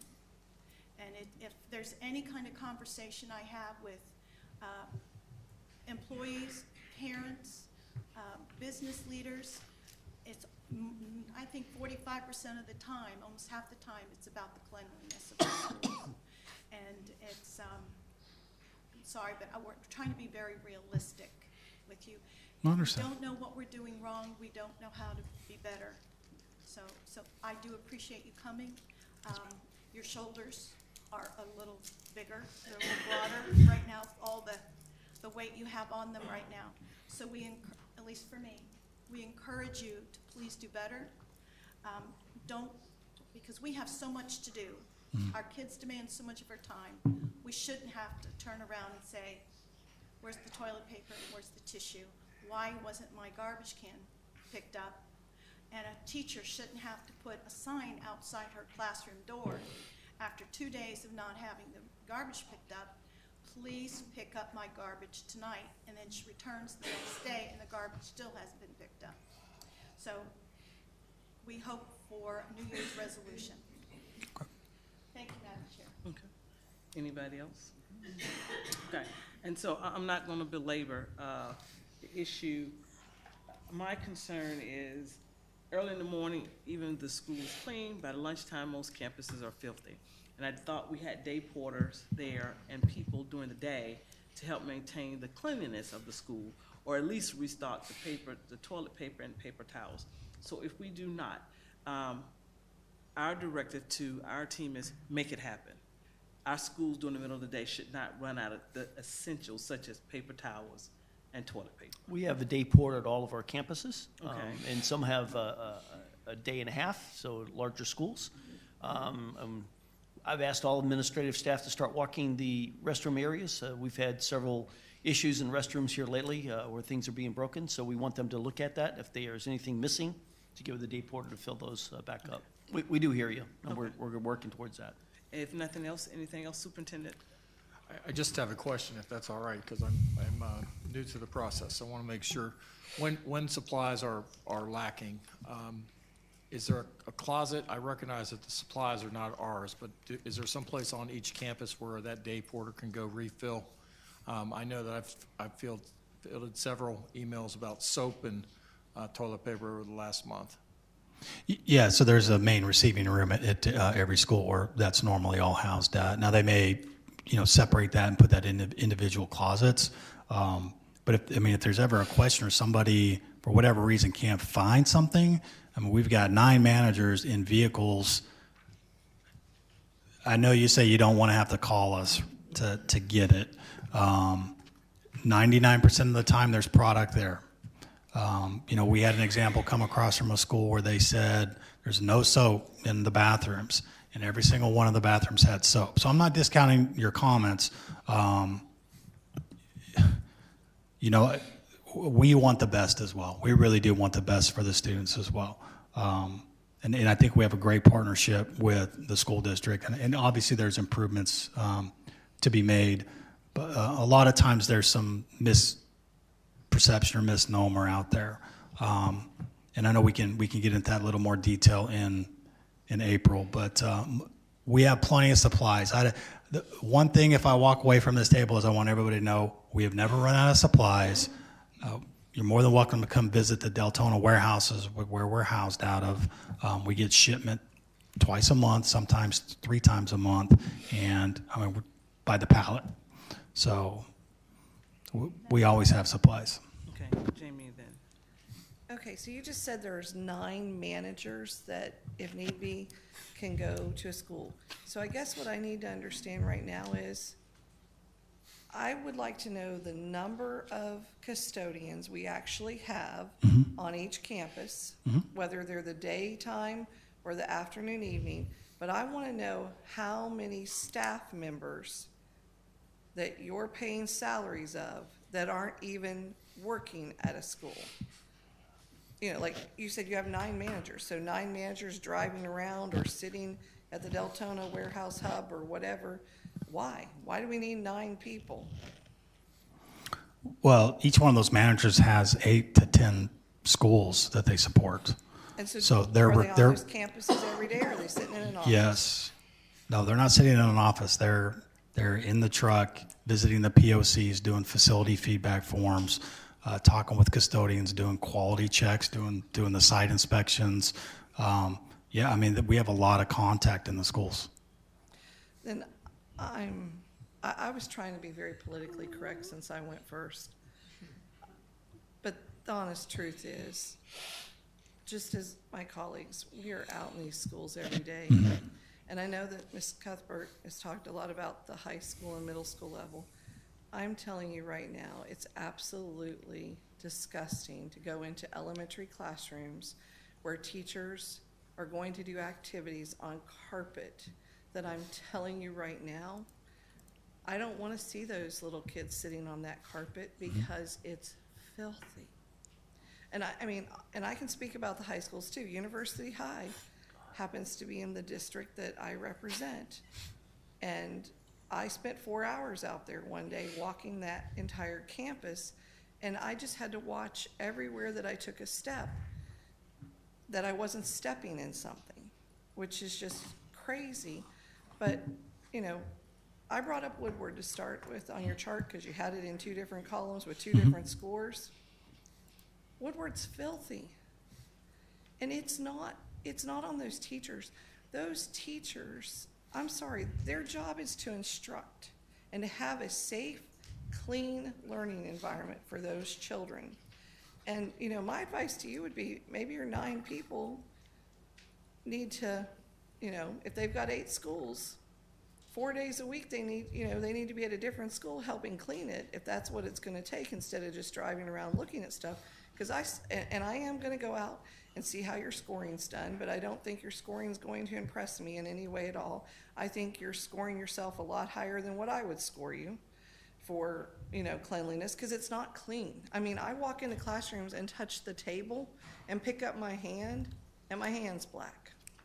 And that's not on the teachers. Like, we can't just but I'm telling you, there are teachers in this district right now that are bringing in Lysol wipes. They are bringing in mops and brooms and dustpans, and some of them even have vacuums in their room that they've went and bought, and they are spending their time cleaning their room instead of preparing for lessons and putting their curriculum materials together. So I'm absolutely not pleased at all, and I was trying to be kind at the beginning, but I'm over it. Ms. Cuthbert? As we are rebuilding some of our elementary schools, we want to make sure students stay in their classrooms, so we are going to the expense of having bathrooms very accessible to those students. Some bathrooms are individual in individual classes, others conjoin 2 classrooms together. We would like to have those bathrooms clean, and that takes time to do the floor and the toilet all the time. I think the time that you have assigned jobs, I don't think that's enough. And I don't know what your industry standard is, but to cover what they are supposed to cover in a day, it's just not enough time. And second of all, I do have a personal request. I would like New Smyrna to have a couple of cases of tissues, of Kleenex tissue. Oh, absolutely. You're talking about high school? Yes, Okay. yes. She's been begging since September to have sufficient. She hoards it. She keeps it in a locked closet. She hands it out when it's absolutely necessary. But it's been an ongoing email issue for a very long time. And as the job she has, she shouldn't have to be begging for Kleenex tissue. Thank you. Okay. Colleagues, Mr. Persis, go ahead. I don't know about you, Dr. Fritz, but you know, this is bringing back memories for me when I was a principal and we had it in-house. And I think we flipped over in 2012 or 13 when we first, The 12, 13 12 to school 13 year. or 13, 14, yeah. And so I just want to say that when we had it in-house, it wasn't perfect. I'm not trying to say that what they're doing is a great job. I'm not trying to defend anything, and I certainly agree with everything everybody has said. But one of the areas where I got the most heartburn all the time was from teachers reporting my room wasn't clean, my room wasn't, or this wasn't clean, or why can't we pressure wash, and why can't we do that? Well, we didn't have the supplies. We only pressure washed. Maybe we could do it once every 6 weeks. When can we get the rugs clean? Only during a break. Winter break, spring break, summertime. I mean, I don't want anyone to think that no matter, this business is tough business, and you don't get the cream of the crop employee that wants to clean toilets and clean cafeteria. It was contracted, so the employees couldn't do certain things. Being in the cafeteria was rough. You had one custodian there during the daytime, one, and you had elementary school with kids, you know, getting sick here, teacher wants them there. The poor person was just like running around crazy. I mean, it's a tough job. It's just a tough job to please so many people. And I'm not saying that it can't be done, and I had some great teams at some schools, and I had some not so great teams, and you hear about it, and I heard about it from parents, I heard about it from teachers. You know, you just keep trying, but it was a battle that principals had with the district staff who was overseeing the in-house custodial operation, because the principals kept wanting more staff, number one. We kept wanting more equipment so that they could do the job. We kept wanting more and more and more, and we were always told, no, no, no. We have a budget, and you got to operate within your budget. I remember fighting for toilet paper, fighting for paper towels, fighting for soap. And so just like we don't want to fight about it, and the teachers don't, the principals don't want to fight about it either. There's too many other things that are going on in our schools right now. And the whole concept was that we'd outsource it to take this burden off of the principals, and that it would be hired, you know, controlled by like Greg or somebody else, and they would have a managing staff, and they would take care of all these things. But unfortunately, it isn't being done to the level that we all want. At least it's not being done consistently at every school. As you pointed out, Ms. Cuthbert, it is good at some schools, but at some schools, and that's why I asked, you know, are there some schools where it has been less than what we would all like year after year, after day, month after month? You know, why isn't it getting better? So I'll be real interested to see what we come up with in April. But I just had to point out, because when we're all just saying, you know, that, oh, I wish we could go back in the old days, and these principals who said, wish we could go back to the old days, I don't think we have 10 principals here that were principals eight years ago who even remember what it was like. And even if what it was like I was principal at six schools. I can't say all 6 were the same. I can't even say all 6 were the same from year to year. I mean, you just can't generalize in this thing. So it's just very, very tough. But I think what we're all saying is, you guys got to do a better job. That's what we're saying. If I may add one thing, we've spoken about this, and it's very recently. It'd be interesting to see inspection scores versus age of facility. And the reason I bring that up is Pearson is a good example. You know, at the old Pearson site, it was constantly a cleanliness struggle. And, you know, they had a new site built, and we haven't changed one thing. We haven't changed process, custodial staff, any of that stuff, and they consistently score in the 96th percentile. So I think it would be beneficial to look at that to see if there's any correlation. Okay. Anything else, Superintendent? No, we've got our marching orders. Okay. Thank you very much for your time. Thank you. Appreciate it. Thank you. Moving down to item 1801, Superintendent Fritz, job description. I'm going to do most of the talking, but I am going to ask Mr. West to come forward as we get started on this. But, you know, Board, as we started having great conversations about strategic, Mr. West, did you hear that? Coming forward. Thank you. Focus group meetings. The first group I met with, as I remind you, was the principals, and we were able to get all principals in that first week that I was on the job. And as I meet with teachers, it becomes increasingly more obvious to us that equity and acceleration are themes that everybody wants. No matter where you live in Volusia County, we want to make sure that we have the very best, and that when we look at our structure, one of the challenges is the learning community approach. And so as we go forward today, I'm going to be bringing 3 job descriptions for you, listening to those folks on the front line to help us build this strategic plan. It makes sense to have a leveled approach so that you have an elementary specialist supervising elementary principals and the work that's being done in elementary. The same for middle, the same for high.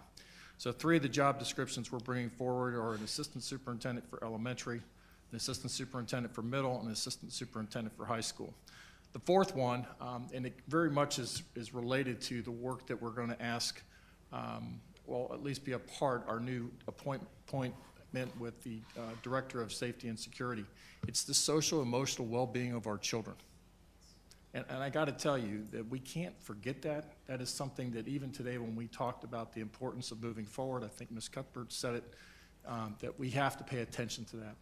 And so that's an area of a whole that right now in our organization we have bits and pieces. We have wonderful people that are really caring for our children, but we need a division that really owns that, including the student discipline, the proactive approach with restorative justice and PBIS. So the last position I'm bringing forward that will really be about that student services piece is the Assistant Superintendent for Student Services.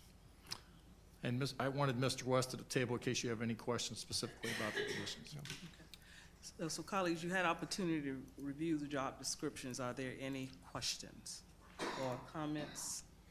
Go right ahead, Ms. Haynes. Okay, so my only question is at the very bottom of each of the job descriptions, where you go into the part all the way to the bottom, where it talks about the position data. Position data, yes, ma'am. So it says 255 days, and I'm confused by that because we have moved everyone that is a new employee or by choice to 250 because we closed down for Christmas break mandatorily, and we've been closing down for spring break mandatorily. So if we're putting them at 255 and we're closing down, then they're having to give up 5 leave days because they can't work during those periods. So is there a reason why they're 255 and not 250? So my understanding is I know we have been transitioning. It goes all the way back from the 260 to the 255 days, and then from 255 down to 250 for a number of the positions. The 255-day, my understanding is the 255-day jobs were specifically for those levels that were going to be working during those times. So I will say that. I'll tell you, Dr. spring Fritz. break is actually a work week for the Yes. 255. And Correct. so my thought going forward is my cabinet needs to work when I'm working. Yes. They can certainly take Yeah. leave, but I think you can see that we push pretty hard and pretty fast. And so the same with the director that we appointed tonight, they'll have the same, the director for safety and security will have the same schedule as mine. So that's really why we did it. Okay, so you're 255. Yes. So that's why you're asking, because I was just confused because Nope, we've been I get moving to it. 250. Yes. Yep. Correct. And Yeah. they were on, if they're at a 250, they're mandatory off during the spring break. Right. So bringing them on board, they can still take it if they earn the days, but, you know, I have meetings during spring break, so. Anybody else? I do have one question. And the reason I'm asking this question, when we go down to key job requirements and we're looking at the work experience, and we talk about a minimum of 3 years and a successful principal experience required. Yes, ma'am. And the reason I'm asking this question, the way our district was formally designed, we took really good assistant principals and brought them to the district level, maybe not giving them an opportunity to really be a principal. And so you could potentially be excluding really good candidates from this who have been at the district in leadership capacity, but they've never been a principal. And that's concerning to me, because it was not of their own doing that they took the position. So are we potentially excluding really good candidates? This is a little philosophical, Okay. so Yes, sir. I apologize, but I believe to have straight credibility standing in front of principals, you have had to walk the walk and talk the talk. Part of the conversation earlier, as we appointed Dr. Dyer to Ortona, part of the conversation and guidance that she and I had over the holidays was that was something she was missing. She had been a director, and if she wanted to progress, that was something that I felt like she probably needed to do. And so as she reflected on that, I think Ms. Hazel can tell you that she shared with her similar stories. The belief on us, and not that there aren't people out there that are wonderful, to your point, but as we move this district forward, principals have got to have faith in the people giving them guidance and direction. Yes. And so that's why, that's kind of why we made the requirement the way we did. And again, I'm fine with that, because I take it for this position, they will be evaluating principals. Right. Okay. Yes, And that's fine. I'm just saying, Very good. how do we grandfather these people in, though? Or what do we do? Are we going to give the ones that are at the district level, that have been in these positions, that have supervised principals, who currently supervise principals? Are we going to give them an opportunity to go back and be a principal?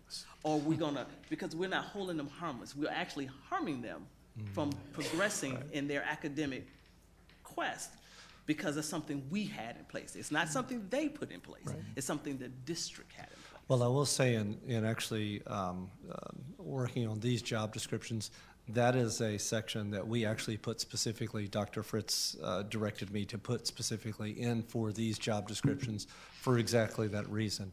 So when we go back and we look at our job descriptions, and we will be looking at all of our job descriptions, I'm just going to tell you right now, and updating those, when we do that, we will take into consideration exactly what you've been talking about, Ms. Wright, because that is a key factor. Yes, ma'am. And let me say, there are positions at the district that being a principal is not necessarily a requirement. Right. Some of the best assessment people I've ever worked with weren't principals, but they were psychometricians, and that was important to be able to move them forward.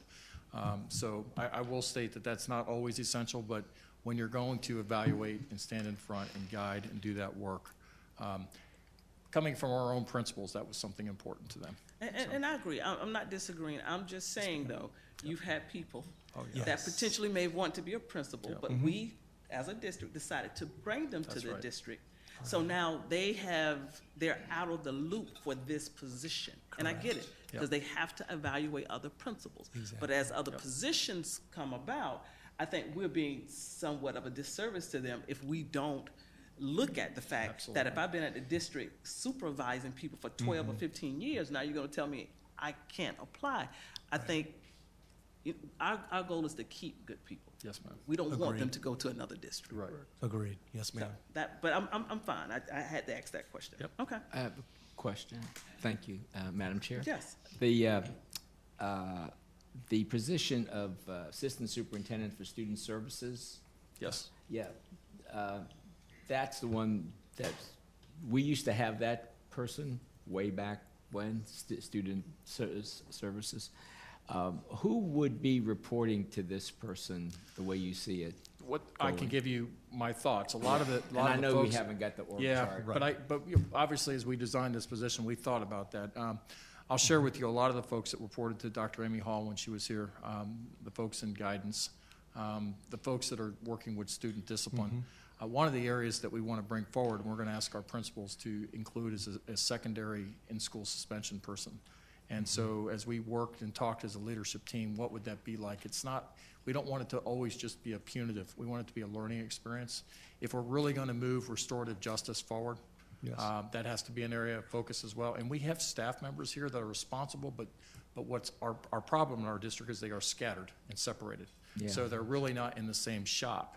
And so as we look at this going forward, we have to bring those people together under one leadership and one division. But Dr. Amy Hall's former division is one that would definitely move over. Yeah, okay. And So school then, psychologists and social workers would be a part of this as well. I figured that part would. And then what about ESE services? So ESE right now, and I think we got to keep it close to the top. You know, that's an area we're trying to improve. I have that reporting to Dr. Balgobin. Okay. And I think I'm going to keep it there because it makes sense because it's an area we're trying to improve.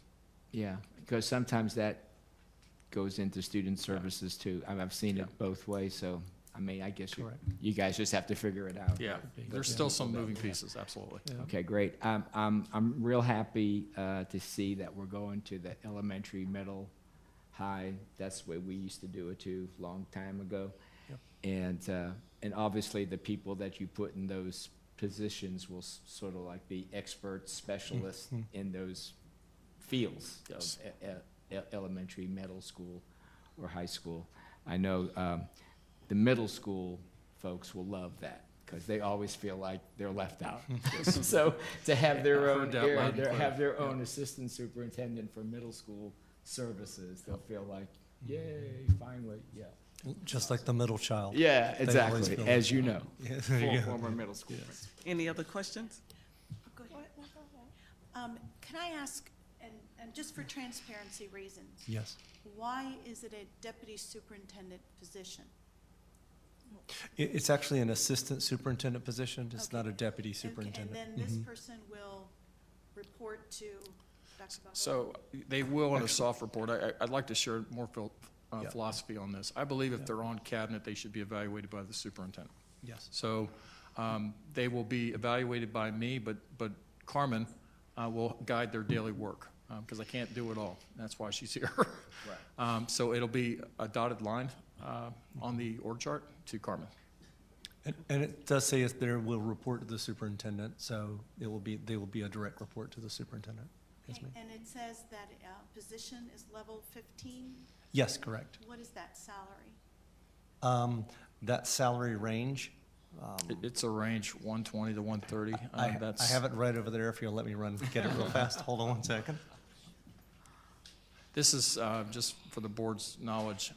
This is when we started looking for those other positions, and I started doing the comparison of the other 4 counties in our Central Florida area. That's where we ended up with the level 15. Okay. How are we have, I guess, 4 new positions. We have, and it's just for transparency. Yep, sure. We have Dr. Balgobin, Deputy Superintendent of Teaching, Learning, and Learning. And then we have Student Services Assistant Deputy. We have an Assistant Superintendent Assistant for Safety and Security. No, that's a director. Oh, that's a director. Yes. Okay, and her salary? That's out of safety and allocation funds. Okay, and then we have a new CIO. New CIO, correct. That's a deputy superintendent. Not deputy, but assistant. Assistant soup, right. Assistant superintendent. Okay. So, yeah, to give How a... are we making this cost neutral? Right. So to give a little context, the assistant superintendent and chief are all on the same level. So that's level 15, which would range from, it's about 111,000 to the maximum is 146. But we don't have anyone near that right now. So when we present our org chart, when Dr. Fritz presents his org chart and the plan that we have moving forward, that's where we're going to see the cost savings for what it is that we need to do. So it is a structure that's going to fall in place to show what it is and how he's going to align what it is that we need to move forward with our strategic plan. Okay, because Yes, ma'am. this is all going to help serve the people on our campuses Yes. and to have better feedback and communication. This is, streamline the organization. Correct. So our teachers can have answers back more readily. Yes. Not readily. Yes, and one of the things we're doing now is we're looking at positions to sunset. And when positions, for example, have been vacated, we're determining whether or not that position is needed. And so that's what as we go through the reorg right now, what we're doing is we're basically collecting those type of positions. Okay, so Dr. Dyer left she was director of K through 12. It's not been completed. And that's being eliminated? It's not been filled, and we collected the savings back from that one. Dr. Amy Holmes, same thing.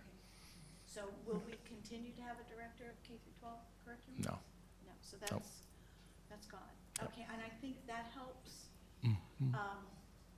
our public understand. We see these new salaries and we're going, Right. ooh. Because I Right. remember when Mike Dyer left Mhm. as our counsel, he was making 120. Was he making 120? And he was the general counsel. General counsel, yes, ma'am. So, you know, is that salary range somewhat equal with across the board? I mean, I'd hate for, I believe we did an analysis from our coalition. We looked at some of the salaries from the coalition, so yes, it is.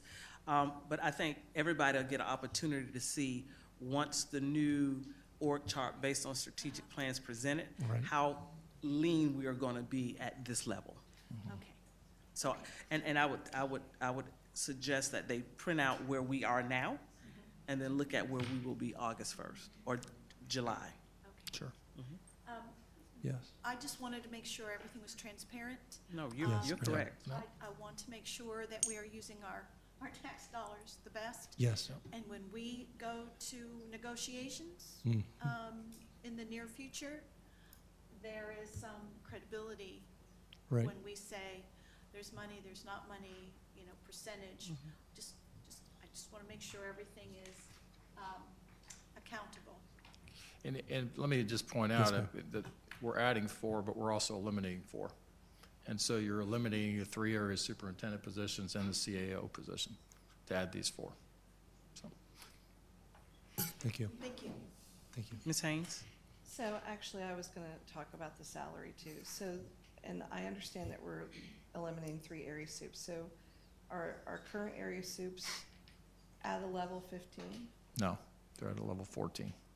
So we're increasing, so yes, we're eliminating those positions Mhm. to make the new positions, but we're going from a level 14 to a level 15. Yes. So at this point, we're not saving money. I mean, You're going to save money with the reorg when we don't bring back those positions like I've talked about. But if we're going to attract talent from the others, we have to be competitive with our other districts, the other districts around us, and right now we're not. because, you know, even, I think, during the interview process, I told you that, you know, my expectation is that we were going to streamline the district and find some money to save, you know, to put back into, you know, the classrooms where our students are. And so, you know, I support this as long as we are not increasing the money being spent at the district level. So I definitely have a target where we're shooting for as far as savings from our operations side of the house, teaching and learning and operations. Carmen and Mark are going through that now. We have lots of positions that are actually sunsetting this year.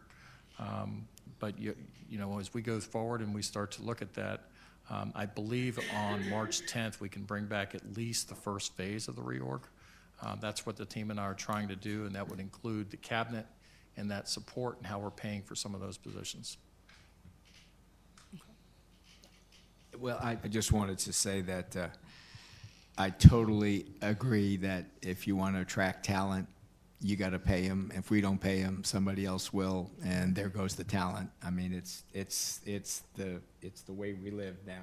It's the world in which we live. Whether you're a sports team or a school district, if you want the talent, then you pay them, and then they'll come. So I just would say that we need to give the superintendent a chance to get the whole thing in place and see where we are a year from this June, and see how we're all operating, and if it's, you know, efficient and we're getting our services, and the teachers are saying that they're getting the kind of support that they need, I think we'll be fine.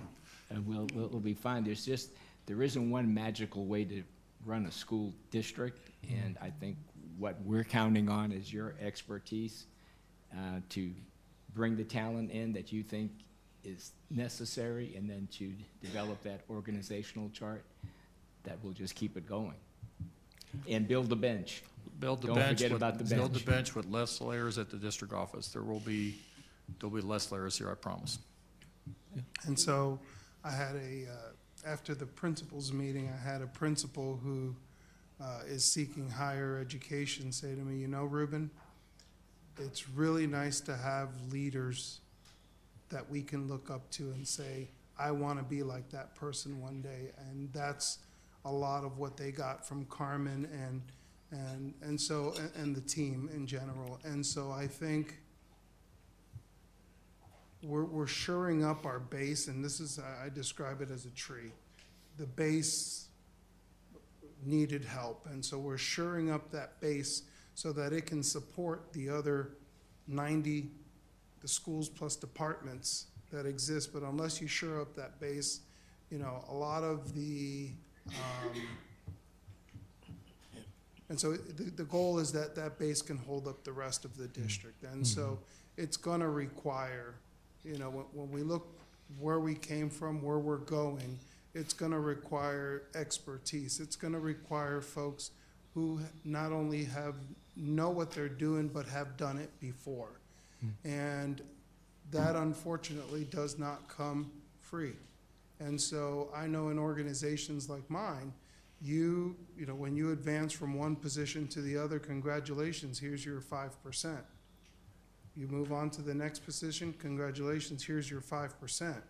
And it reaches a point where you're doing the work that somebody coming from outside would do for a lot more, but you're stuck at that 5 plus 5 plus 5 plus 5. And so the folks that we're bringing in, I mean, it's evident that they have the experience, and I think that this is what is going to require to bring our district forward. In some cases, I'll argue how much it cost us not to have that person. And so I think we're moving in the right direction, and, you know, and I'm very sensitive to, you know, we really can't speak of the reorg because, again, there's folks wondering, and I've had conversations, folks wondering if I'm going to have a job tomorrow. There's a lot of folks wondering that. And so, again, we're tasked with looking, okay, is what we're doing working? Well, I think a lot of us feel that there's opportunity, and so the only way you can change it is to change it. And so I think that, again, as we have and we set our priorities for the superintendent through the strategic plan, he's going to get his marching orders, and we're going to get there. Yep. And the other thing I'll add, and Dr. Fritz and I have talked about, once we get that shored up, okay, not only is it support for the teachers, but now we can look at the teachers, the paras. It's not all about money. Money matters. But when the working conditions are not good, when your classrooms are dirty and there's no money, that's rough. I mean, you're not even good hearts can you keep that way, because over time they get tired. And I empathize with something Linda said. These teachers are tired. They're tired. They're not tired of giving the lessons. They love giving the lessons. They're tired of having to clean their classrooms. They're tired of not having the support. They're tired of calling the district for help and not being able to get it.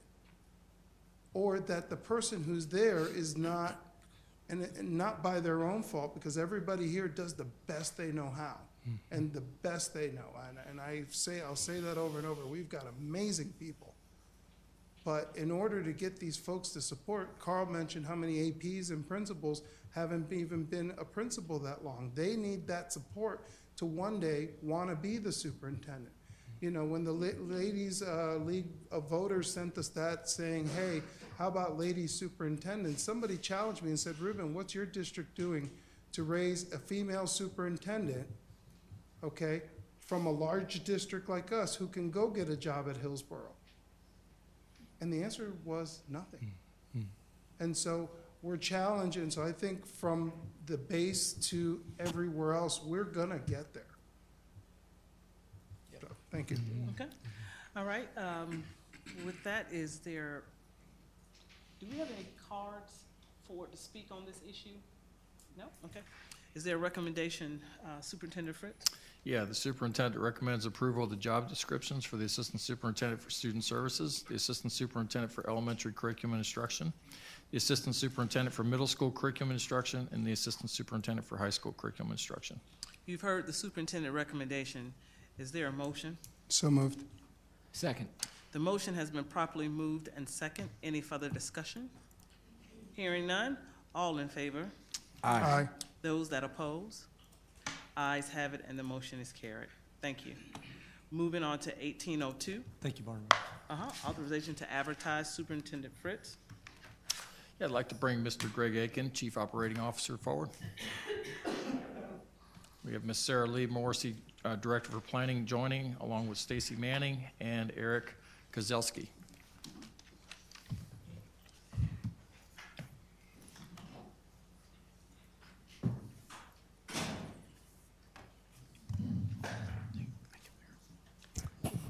Good evening, Madam Chair, board members. Dr. Fritz, thank you for this opportunity to come forward with this presentation this evening. I'm going to turn this over to Eric in just a few minutes. If you remember, we did present some of this information already, so this is going to be kind of short and sweet and to the point, and then we'll answer any questions you may have at the end. Sarah Lee is with me this evening as well to answer some questions, so we're going to turn it over to Eric. Eric? Thank you for the opportunity to speak with you tonight. Much of this information is going to be familiar, as we talked about at previous workshops. Our first request is the area of Citrus Grove between US 17, State Road 11, and 15A to be moved from Citrus Grove to George Marks. It is highlighted here on your map in black. Currently, at our last count, 189 students reside, or elementary students reside in that area. 133 of those are bus riders.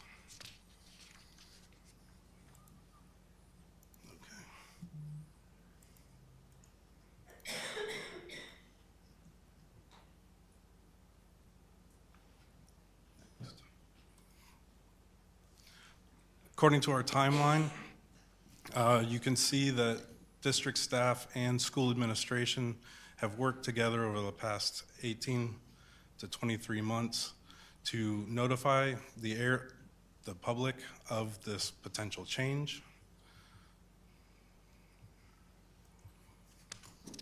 As a recap of what we had spoken about previously, moving approximately 175 students as an average over the last 5 years would significantly reduce stress on the capacity at Citrus Grove and not cause negative capacity issues at George Marks.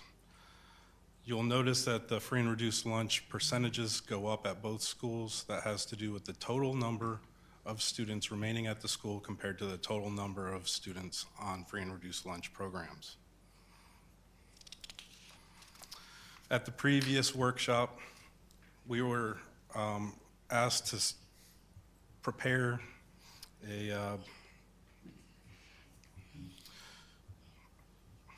how would the grades look with the changes. So what we did is we put the students that are in the area into the grades of the schools, and aside from the English and math having slight differences in their percentages, the grades overall were the same. Our second request is that area of DeBerry Elementary, south of Dirksen Road. Did you want us to wait and answer questions on Citrus Grove first? Go ahead and finish. Okay. That area south of Dirksen Road and east of 1792 in DeBerry, from DeBerry Elementary to Enterprise Elementary. One student could be affected from this change currently. That student is not a bus rider. At the previous workshop, you requested that we look at what this could mean for Enterprise. We did a comparison of different apartment complexes in the area. We found that Integra Landings would be the same style of apartments as Integra 289, also run by the same company.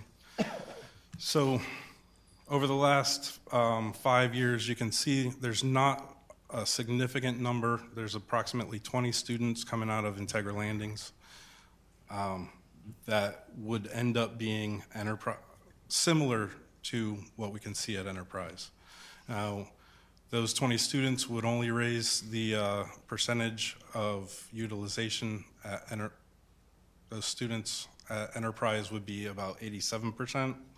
If those students actually go to DeBerry, that would increase it well above 100.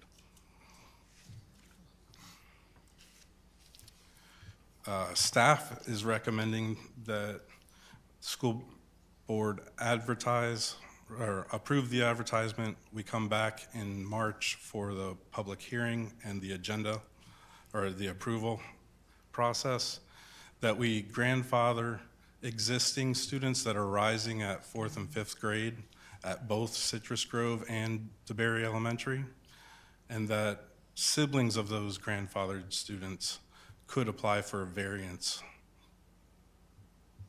to go to the same school. Okay. So we'll open it up to questions. If you have any questions this evening, we can talk about both recommendations. Thank you. Go ahead. Okay, let's start first with your enrollment demographics before and after for George Marks and Citrus Grove. I have no understanding about how Citrus Grove can be sitting at 69.9% of free and reduced lunch, and George Marks is 67.6%, and we move approximately 189 students out of Citrus Grove, and they both go up in free and reduced lunch. So what we look at when we start doing the comparison, if you look at the 920 students currently now, when we divide the number of students currently of that 920 that are on free and reduced, it gives us that 69%. I know how you get the percent. Okay, so what it does is the students that are staying there at Citrus Grove raises up that number of free and reduced, because we're pulling some out, but the ones that are coming out 135, it balances out that way when we do the calculation. Both go up. Interesting. The end goes down. I'm sorry? The end goes down. Correct. The percentage goes up. Right. Correct. Linda, anything? I noticed that the racial demographic on that same slide, there is some difference.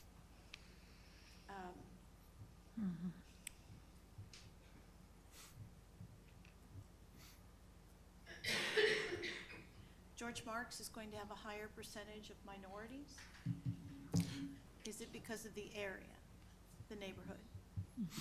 The neighborhood is approximately, well, in the 175, the neighborhood is predominantly Hispanic, yes. When you did your community talking, is the community okay with this? We had some people who were interested in grandfathering. We had some people who were interested in maintaining their bus service wherever that may be. When we offered, the first time we had the meeting in 2018, and we offered families the opportunity to start at George Marks in that following school year.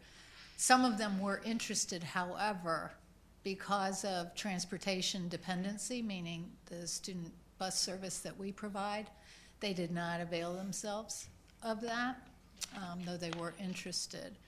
There's a large number of mobile home parks in this area, and that accounts for the higher number of low socioeconomic as well as the Hispanic status. Okay, and my last question, Madam Chair, and you'll probably be able to know this. The students in this area who went to Citrus Grove, they were eligible for transportation. Will they be eligible for transportation to go to George Marks? Yes. Okay, so that does not change. Thank you. No, the area is provided, it's outside the 2 miles of either school, so the entire area is eligible for transportation, but only to the assigned school. Okay, thank you. Mr. Colon? So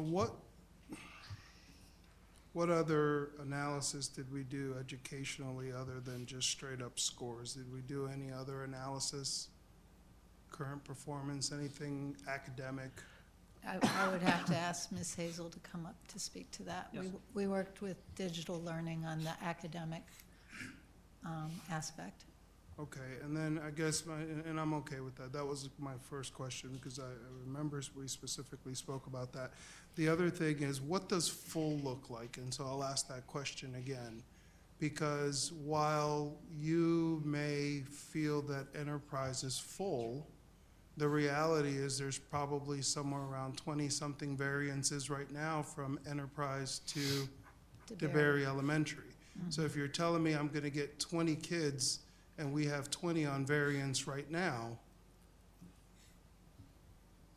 it's kind of the same argument we had with Pride, where all these kids are already asking for variances and are already going east because it's proximal to them. I still don't know what full looks like at Enterprise. I mean, it's you know, just because it looks like capacity, does that mean we're going to add portables? How many classrooms do we have available for these students? What does that look like? So Enterprise currently has some portables on campus that are not being used. I don't have the exact number in front of me. Sometimes what impacts your point about being full is program. And for instance, we have pre-K ESE program and/or VPK and/or other ESE programs that impact the use of space, so that you might have a classroom that by your numbers says you are not full. However, what we've seen over the last, I'd say 4 years, is that we're seeing a higher increase in our ESE student numbers. And so I think the question about is your school full is not as easy to standardize anymore. And I would say that's largely because of what we're seeing happening with our students' needs and the type of programs that we have to offer them. And so the last time when we had this conversation, that was my question. What does full look like? Because I remember saying that Enterprise is a very old school. And I can't envision that they've got a lot of space. Again, am I opposed to this? No, I'm not. Actually, I think we don't have a choice because DeBerry is busting at the seams. I beg to question, if you're telling me we're going to get 20 kids and I've got 20 plus kids on variance, again, you know, the variances are not guaranteed, correct? And so if we have to, I mean, we're getting ready to take a whole neighborhood and say, okay, whole neighborhood, you're going to go here because of potentially 20 elementary students. And we already have granted these variances for students to go to a different school. Mind you, they'd be heartbroken. I know that it's very hard for change for students and variances, and that's never anywhere we want to go. But, you know, I wish we would have put a little bit more, and maybe I wasn't clear the last time, but a little bit more information. And so again, I'll support this because it's the right thing to do. But you know, I think we'll all learn moving. I think we'll all learn moving forward as we have these conversations. Just for clarifying, so staff and I can go forward, and please jump in if I'm saying the wrong terminology, but are you asking for like a fish capacity for a school, saying a school capacity is at right now 98%, so that they have enough for 2% more or wherever we're at? Sometimes schools that are overcrowded can be up to 110%, 120% over, and that's when portables and things like that come into play when we start doing the rezoning. I'm just trying to, so that we can answer the questions that you have, if that's And on the right direction. Going based on the response, you know, I said, so what does full look like? And the answer was, well, we have some portables. Those portables are dingy. They haven't been used. There's nobody in there right now. So my question was more on the what, and that's what I asked the last time, because I remember saying, you know, Enterprise is 100 years old. Can they really take these other 20 students? I personally believe it's going to be more than 20 students, but I will respect the numbers and the formula, and all that is good. And so, again, what does full look like? And so, as I support this, and again, I do not support it, I think moving forward, let's make sure that full is good, because I can tell you there's gonna be, and so I've just went and looked up, they're advertising this community as a DeBerry Elementary School, which is what is currently zoned at right now. Now, fortunately, Enterprise is an amazing school. They are doing great things, but it's very, that's gonna change. And so arguably, these kids right now are slated to go to River Springs Middle School, which we're getting ready to build Deltona Middle. And so River Springs is far away as compared to Deltona Middle from where these kids are. So we're gonna be talking about that pretty soon as they build these, and of course, you know, that whole River Springs area is just blowing up. University can't take any more kids, of course.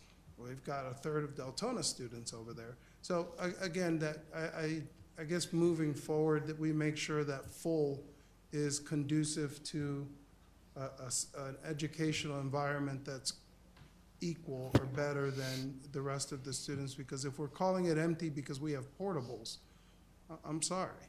So anyways, I support it. We're good. I just think that we really need to look at that. And again, you know, if I've got that many kids on variances, then we maybe need to, I mean, we're getting ready to map a whole area, arguably for 20 students. You know, we really got to look at that. So that's basically, again, I just want to make sure that full is practical, not just a number, because it's easy to throw a number. The state gives us a number and we don't like it. You know, they tell us you can only build so big. You know, here's your cafetorium, even though you have a performing arts school. You know, so anyways, that's it. Just want to make sure that you know, we are proactive. That's it. Ms. Haynes?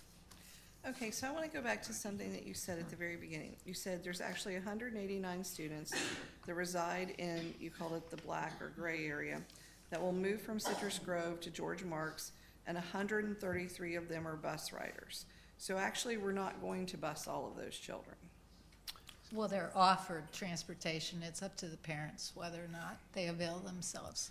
Okay, in that 189 students that we're saying are going to move, did you include the multi-VE students that are at Stark? Because I just found out recently by visiting Stark Elementary that multi-VE is moving from Stark to George Marks. Yeah, the multi-VE children are not part of that 189. So do we know the number of students that are also going now from Stark to George Marks? What we know is that there are four units, four classrooms. I know there's 4 units. Right, and we're working with ESE on that. They're the primary communicators with the faculty and families. So I don't have that student number. We just know the space that they need. Okay, so we are really moving more than 189, because we're taking 189 out of Citrus Grove to George Marks, and then we're moving 4 multi-VE units from Stark to George Marks. Correct. Okay, because nowhere, you know, I went to the school and that's how I learned about it, because nowhere in anything that we read did anyone point out that we were also, you know, moving units from Stark.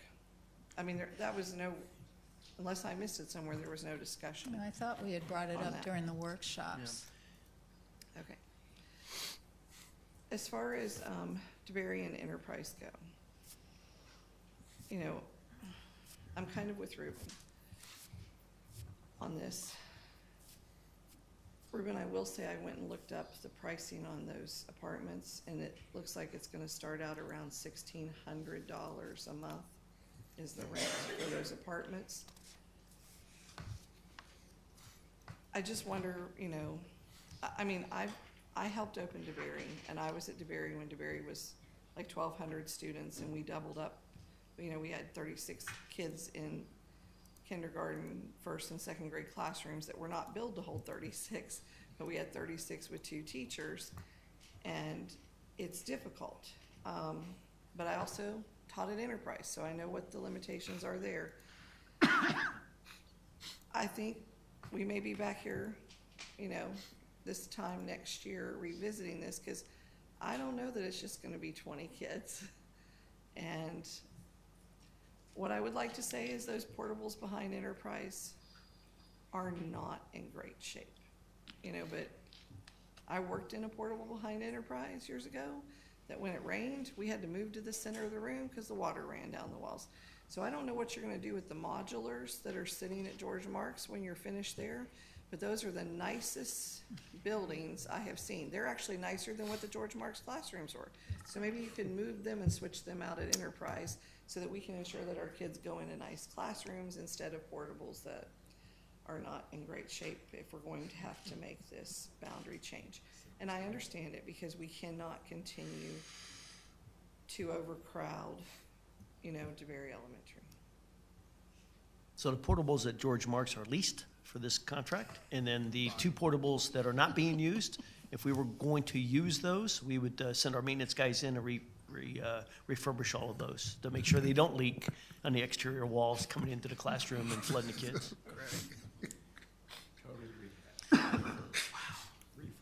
Anything else, colleagues? Superintendent Fritz, you have a recommendation? I do. I recommend the. Excuse me, I'm sorry. Did we have any cards? Anyone want to speak? Okay, no. Now we can move forward.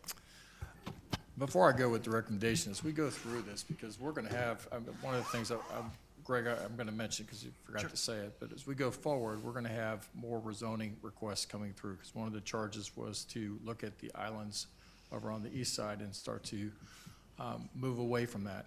I'm going to say this to the board because this is important as we go forward. We never have to do a rezoning, but we just have to be prepared for what that means to a school. That may mean extra portables, that may be teachers floating. I can tell you this, there's never been a superintendent nor a planning group that ever wants to come in front of a board or go in front of a group of parents and say we have to rezone, because it's never popular. But as we start to look at our buildings and looking at that, and that's one of the challenges that Greg and I have talked about, being as proactive as we can so we can move as few times as we have to. But, you know, we get surprised occasionally. We get surprised by a piece of property that's sold and someone buys it and erects an apartment. And so that happens all the time. But one of the things I think coming forward, Greg, I'm going to ask that we do before I go for the approval, is ask that we give a FISH report to the board. Sure. That we give them capacity by school, the percentages of where they're at, so that they understand that and what that means, not just the number. What is the industry recommendation from the state of Florida based on the school? Where should we be and where should we be looking? Another thing I've asked Greg to do is analyze our portables out in our sites. Yep. If they're junk and we have them hooked to electricity and we're not using them, we should stop. We should absolutely stop doing that. And so we got to maybe potentially start working our way out of the portable business. And so that'll be something, in fact, whenever you have that, Greg, I think we could share that with the board, okay? I think we have that. I'll go forward with the recommendation. Yes, go ahead. Yes. The superintendent recommends approval to advertise amendments to the School Board Policy 202, establishment of attendance zones to modify the Citrus Grove Elementary, George W. Marks Elementary, DeBerry Elementary, and Enterprise Elementary attendance zones. So moved. Oh, sorry. You've heard the superintendent's recommendation. Is there a motion? So moved. Second. The motion has been properly moved and second. Is there any other discussion? Hearing none, all in favor? Aye. Those that oppose? Ayes have it, and the motion is carried. Thank you. Thank you. That's just advertised. Yep. Item 1803, change order, Superintendent Fritz. 1803 would Ms. Deb Mueller and our CFO and Mr. Clint Griffin, the CIO, Chief Information Officer, come forward. Thank you, sir.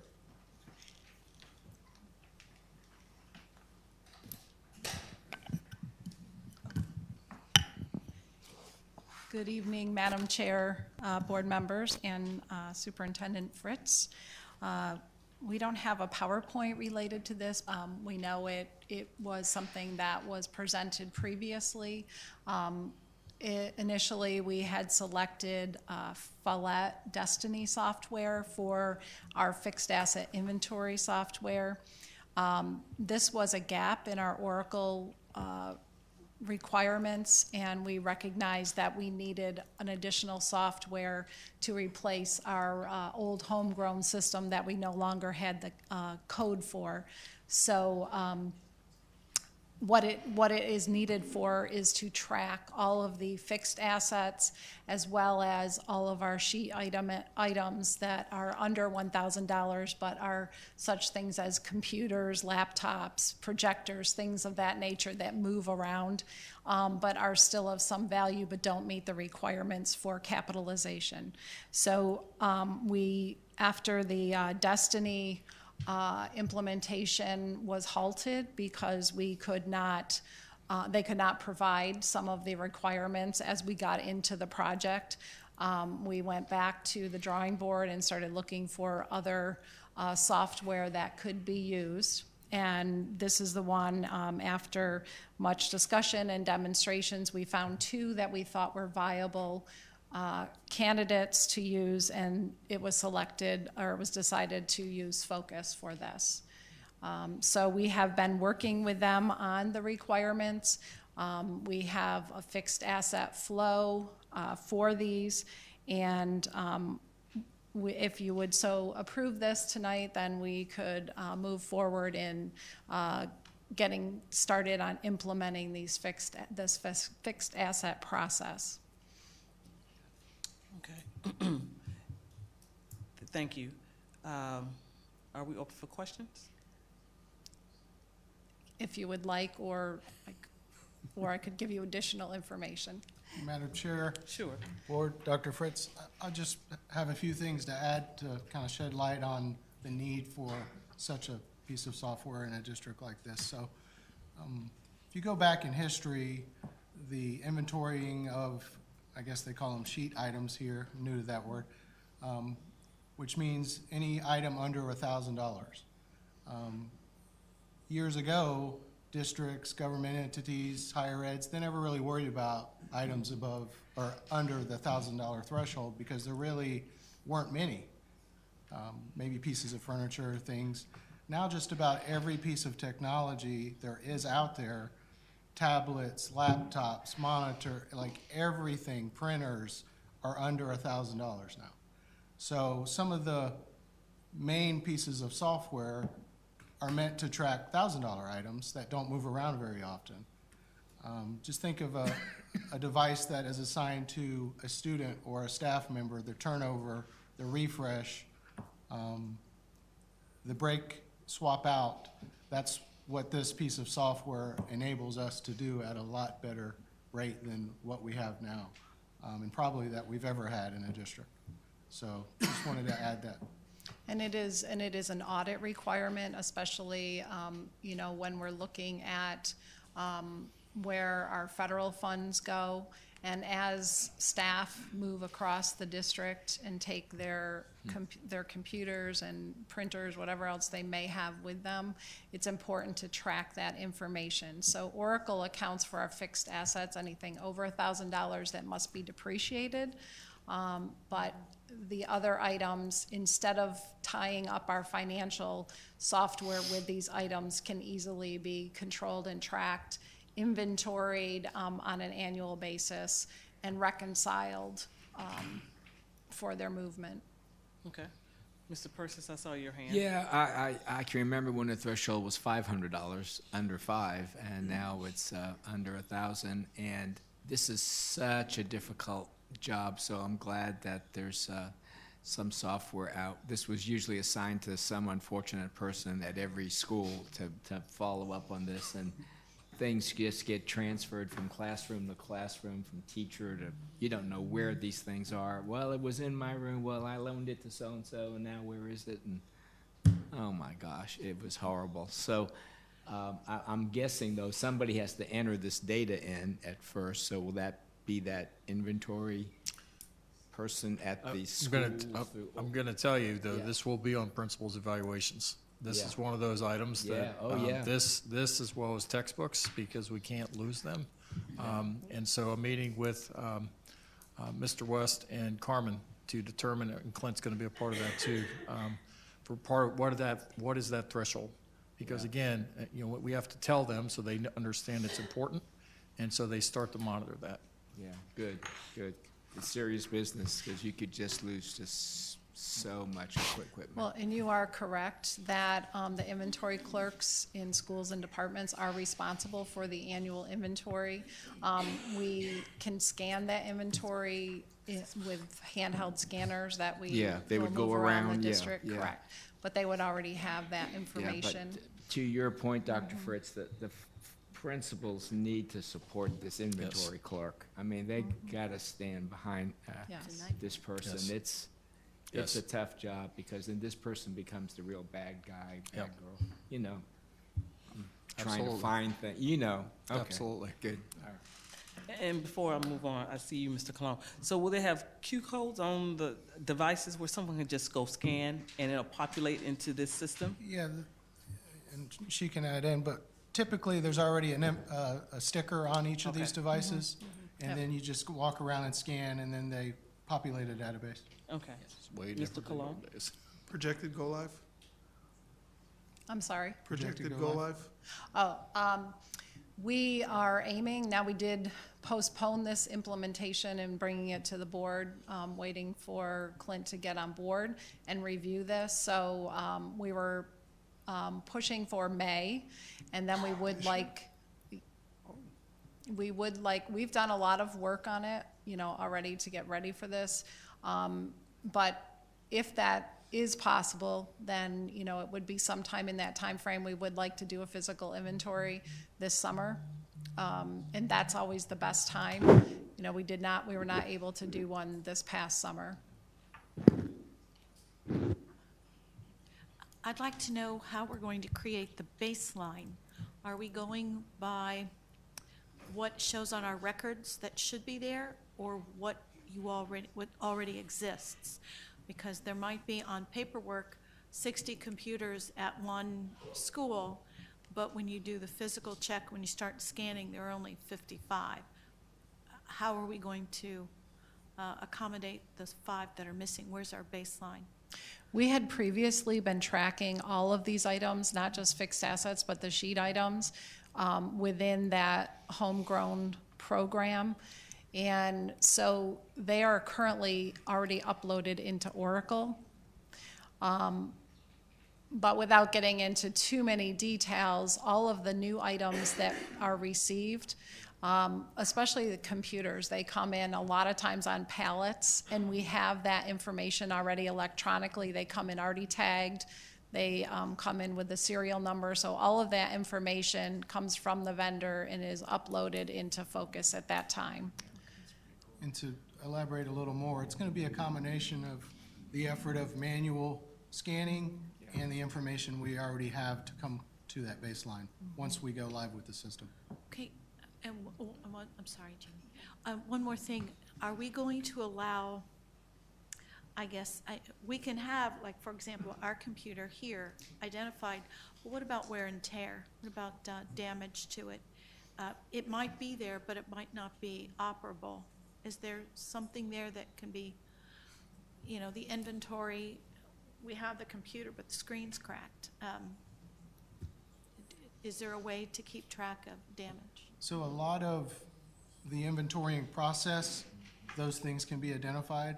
Some of the manual processes of somebody actually, at the school or district level, whoever's going around, usually a team of folks to conquer the entire district of the size of this.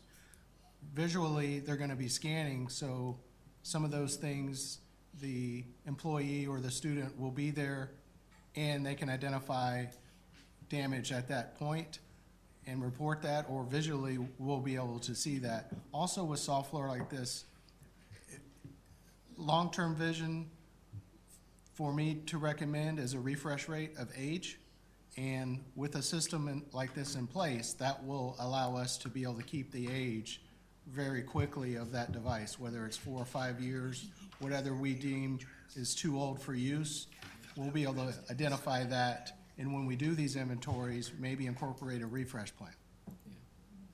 Okay. And my last question is, we trust Focus, and it's already been uploaded to Oracle. Are all those programs working? There actually will be interfaces, two interfaces, one coming from Oracle into Focus to, for all of that information that's held from purchasing when the items are purchased.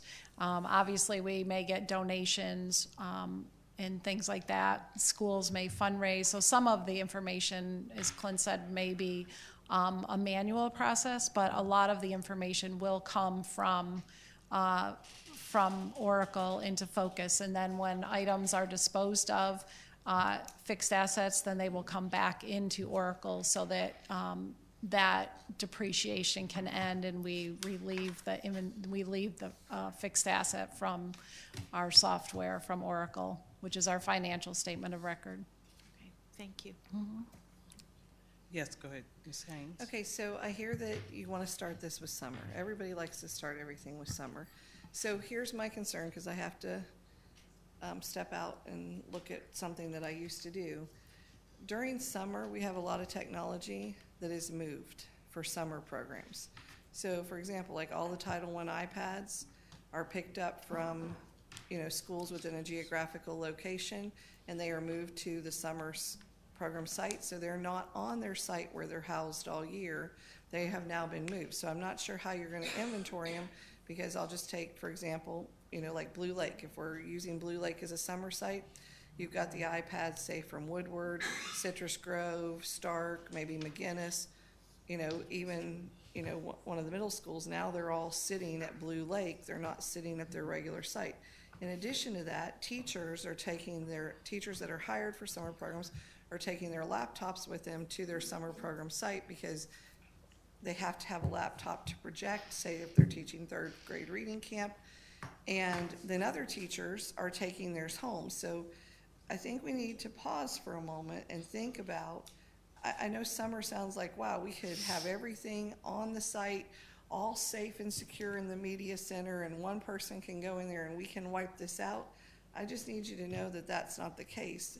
I mean, you could say to teachers that are not going to work during the summer, you've got to leave your device here, but you've got all those other devices that, iPads and things they're moved to middle school.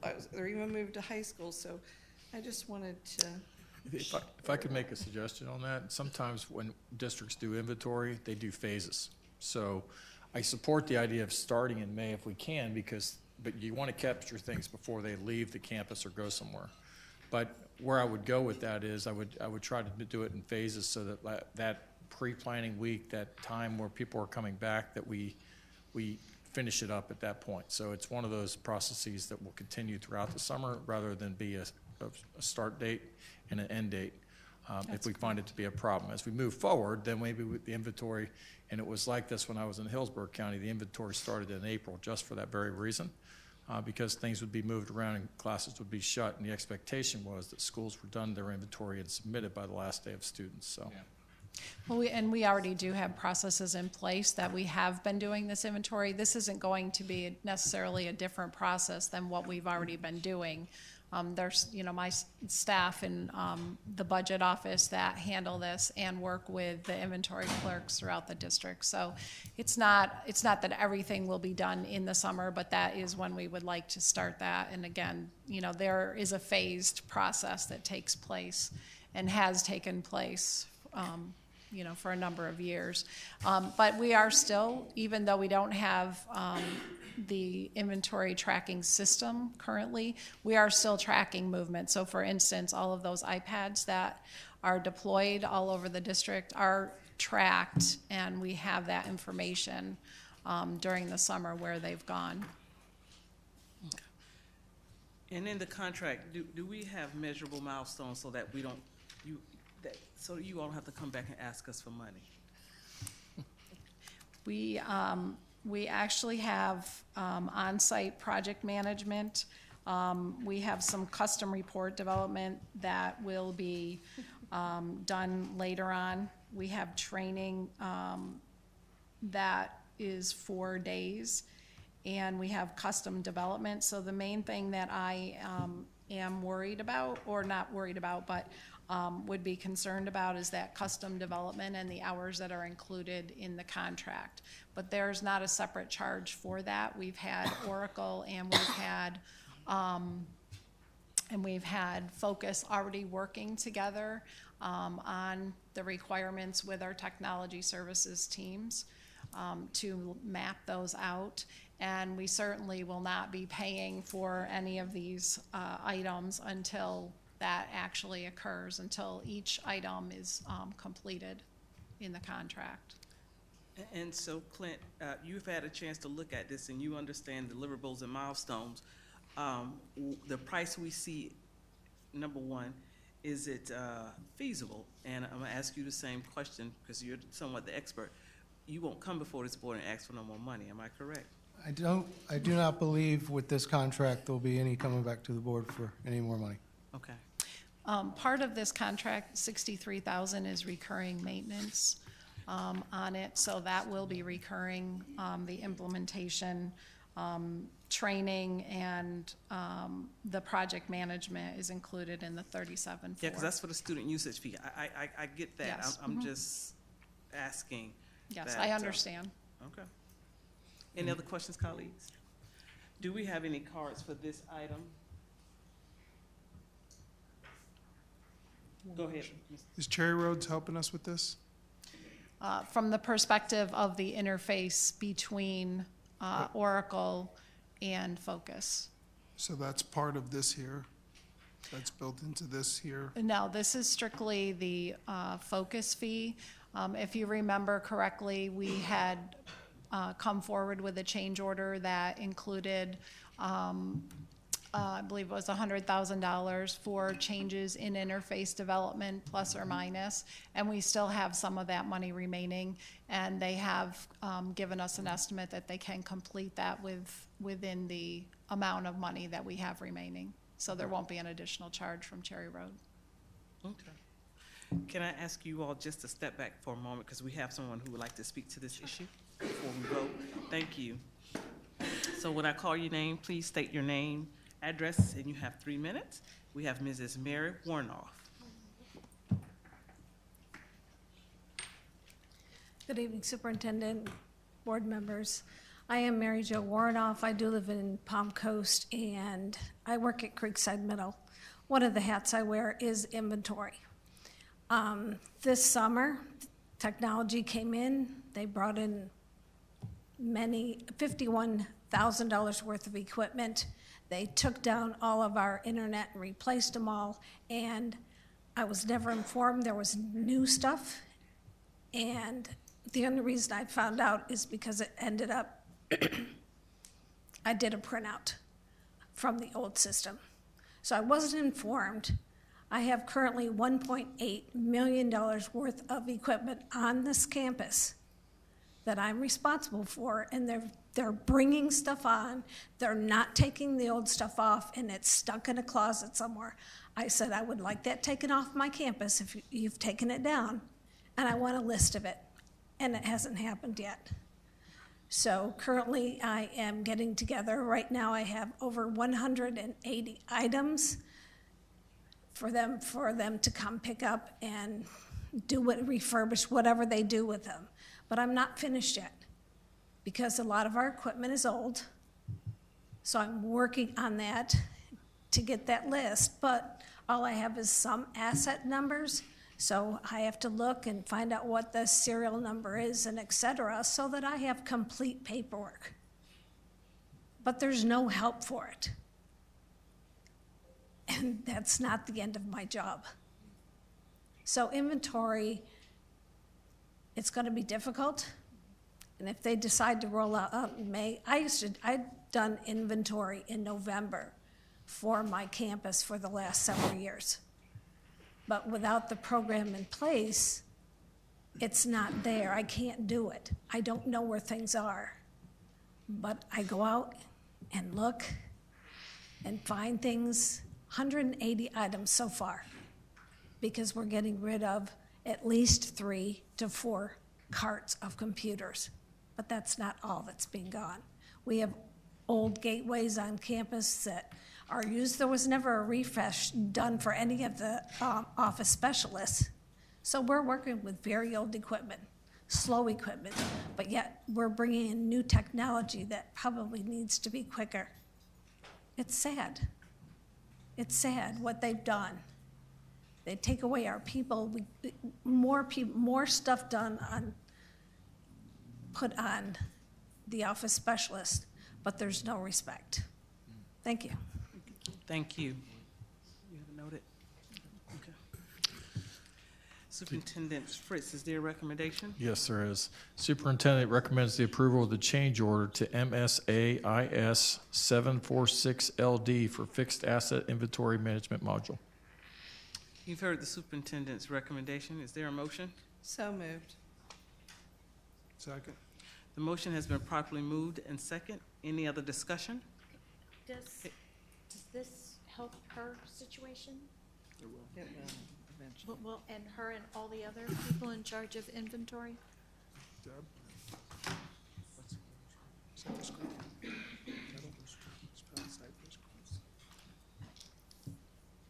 They didn't hear you.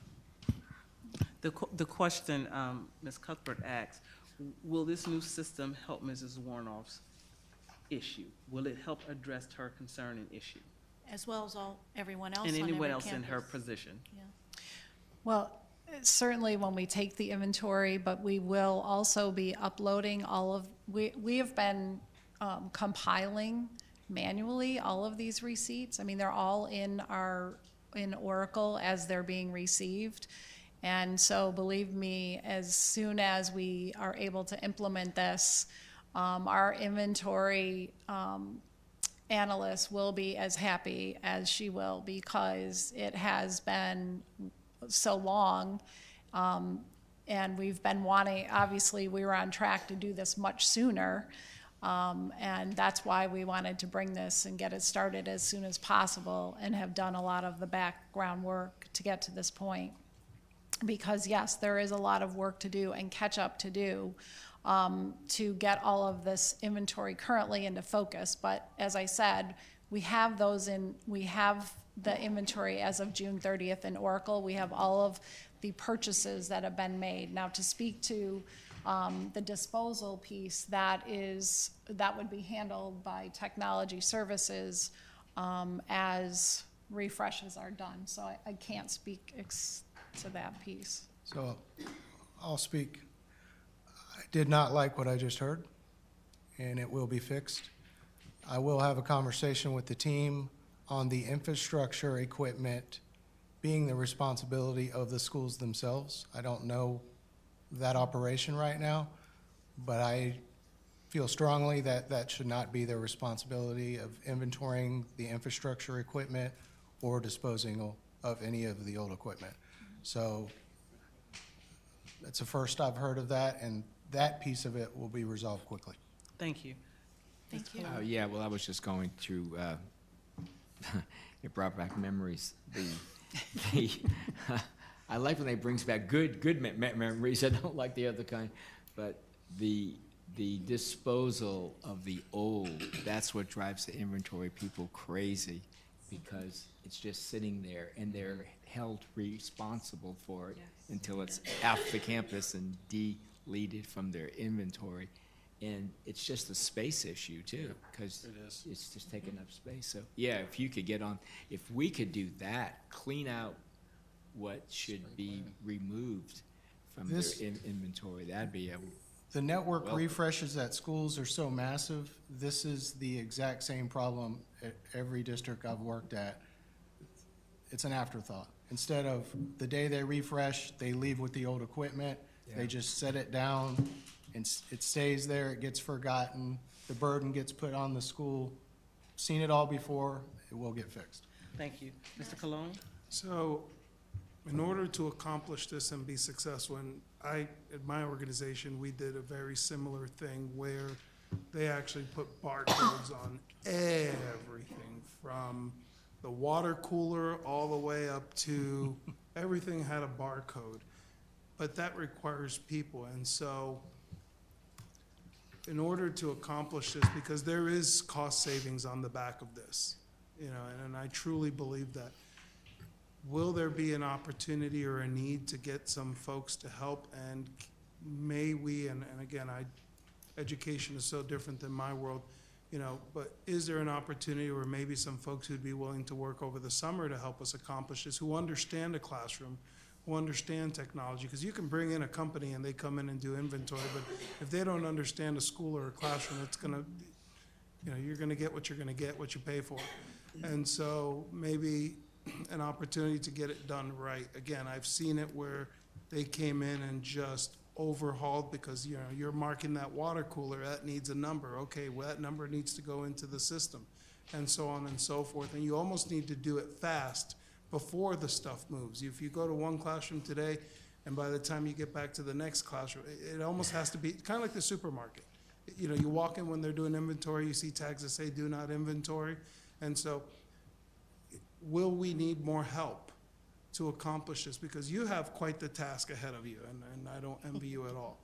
And so something like this may be something that with enough hands on deck in June and folks who are willing to come in and work, we could maybe able to accomplish. So, And just figure that, remember, we do have students that are being trained in this area that may be a good asset, because that gives them community service hours, it gives them experience, where it doesn't necessarily have to cost the district anything, because we're still gonna provide our students the service and give them an opportunity to learn. So that, I think that's something they can have a conversation about. Ms. Cuthbert? Mr. Griffin, are you suggesting that the responsibility of inventory should be at an administrative level? Depends what it is. So a lot of what she mentioned with the computer refresh is all the comm rooms for the network equipment behind the scenes. And there's a lot of that per school. So a part of the initiative that's already going on here prior to me is some of these schools getting digital ready, something I'm very familiar with coming from Orange County. They're using a new technology, Cisco Meraki. And the beauty of that technology is all of that hardware can be seen through a dashboard to where you never have to inventory it again once it's all set up. So that'll save some of the man hours that it takes to go to each one of those closets. Some of her pain points that she mentioned is when they're coming in and doing this, they're taking out all the old equipment, leaving it there, and then leaving. I do not like that. I seen this at Orange County 2 years ago. Fix that very quickly, because what you have is you have that help on that campus doing that project as a project team. Some of our folks, the consulting company, the vendor, the cabling company, all there that afternoon or maybe a week. Then the help is there to take that old equipment back to the storage warehouse to properly dispose and surplus. They leave it there, unexcusable. That will be fixed. Thank you. So what we're trying to do is alleviate that responsibility on an office specialist. Okay, thank you. Okay, there is a motion on the floor, colleagues. Any other discussion? Thank you. Thank you. So we, second, all in favor, aye? Aye. Aye. Those opposed? Ayes have it, and the motion is carried. Thank you very much. Thank you. Thank you. Do we have any, there are no more public participation. Board members' comments. Who would like to start? Go ahead, Mr. Start by Cologne. saying good night. Thank you. And so I have a list of concerns. I just want to say I am so excited about where we're going, and you know, the progress that we're seeing. Just hearing somebody say, "I will take care of that," I don't like that too.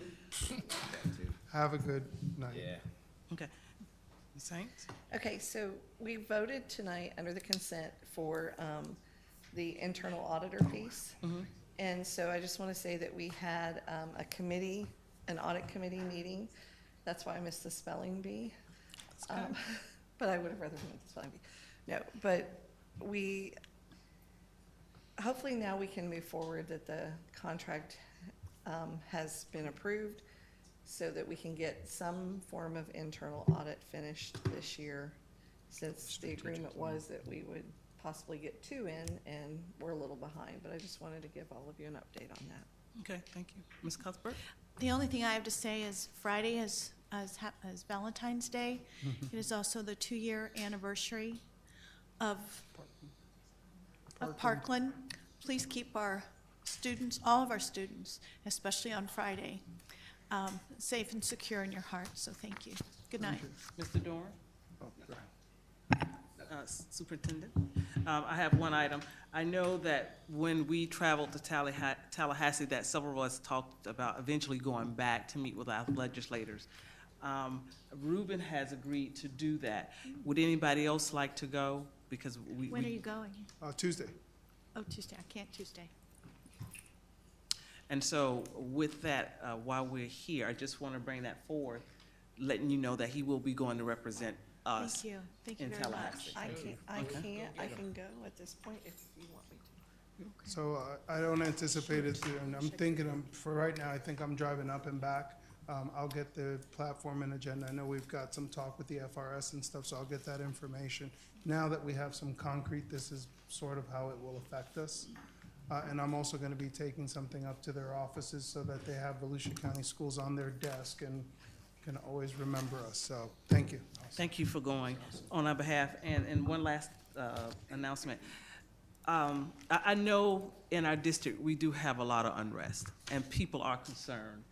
And before we leave, I do want to have our faculty and staff at ease. There are changes coming, but change does not mean you're losing your job. It just means we are reshifting where our focus is. And if we're going to look at student achievement, I mean, we're looking more back at the classroom and how do we accomplish that.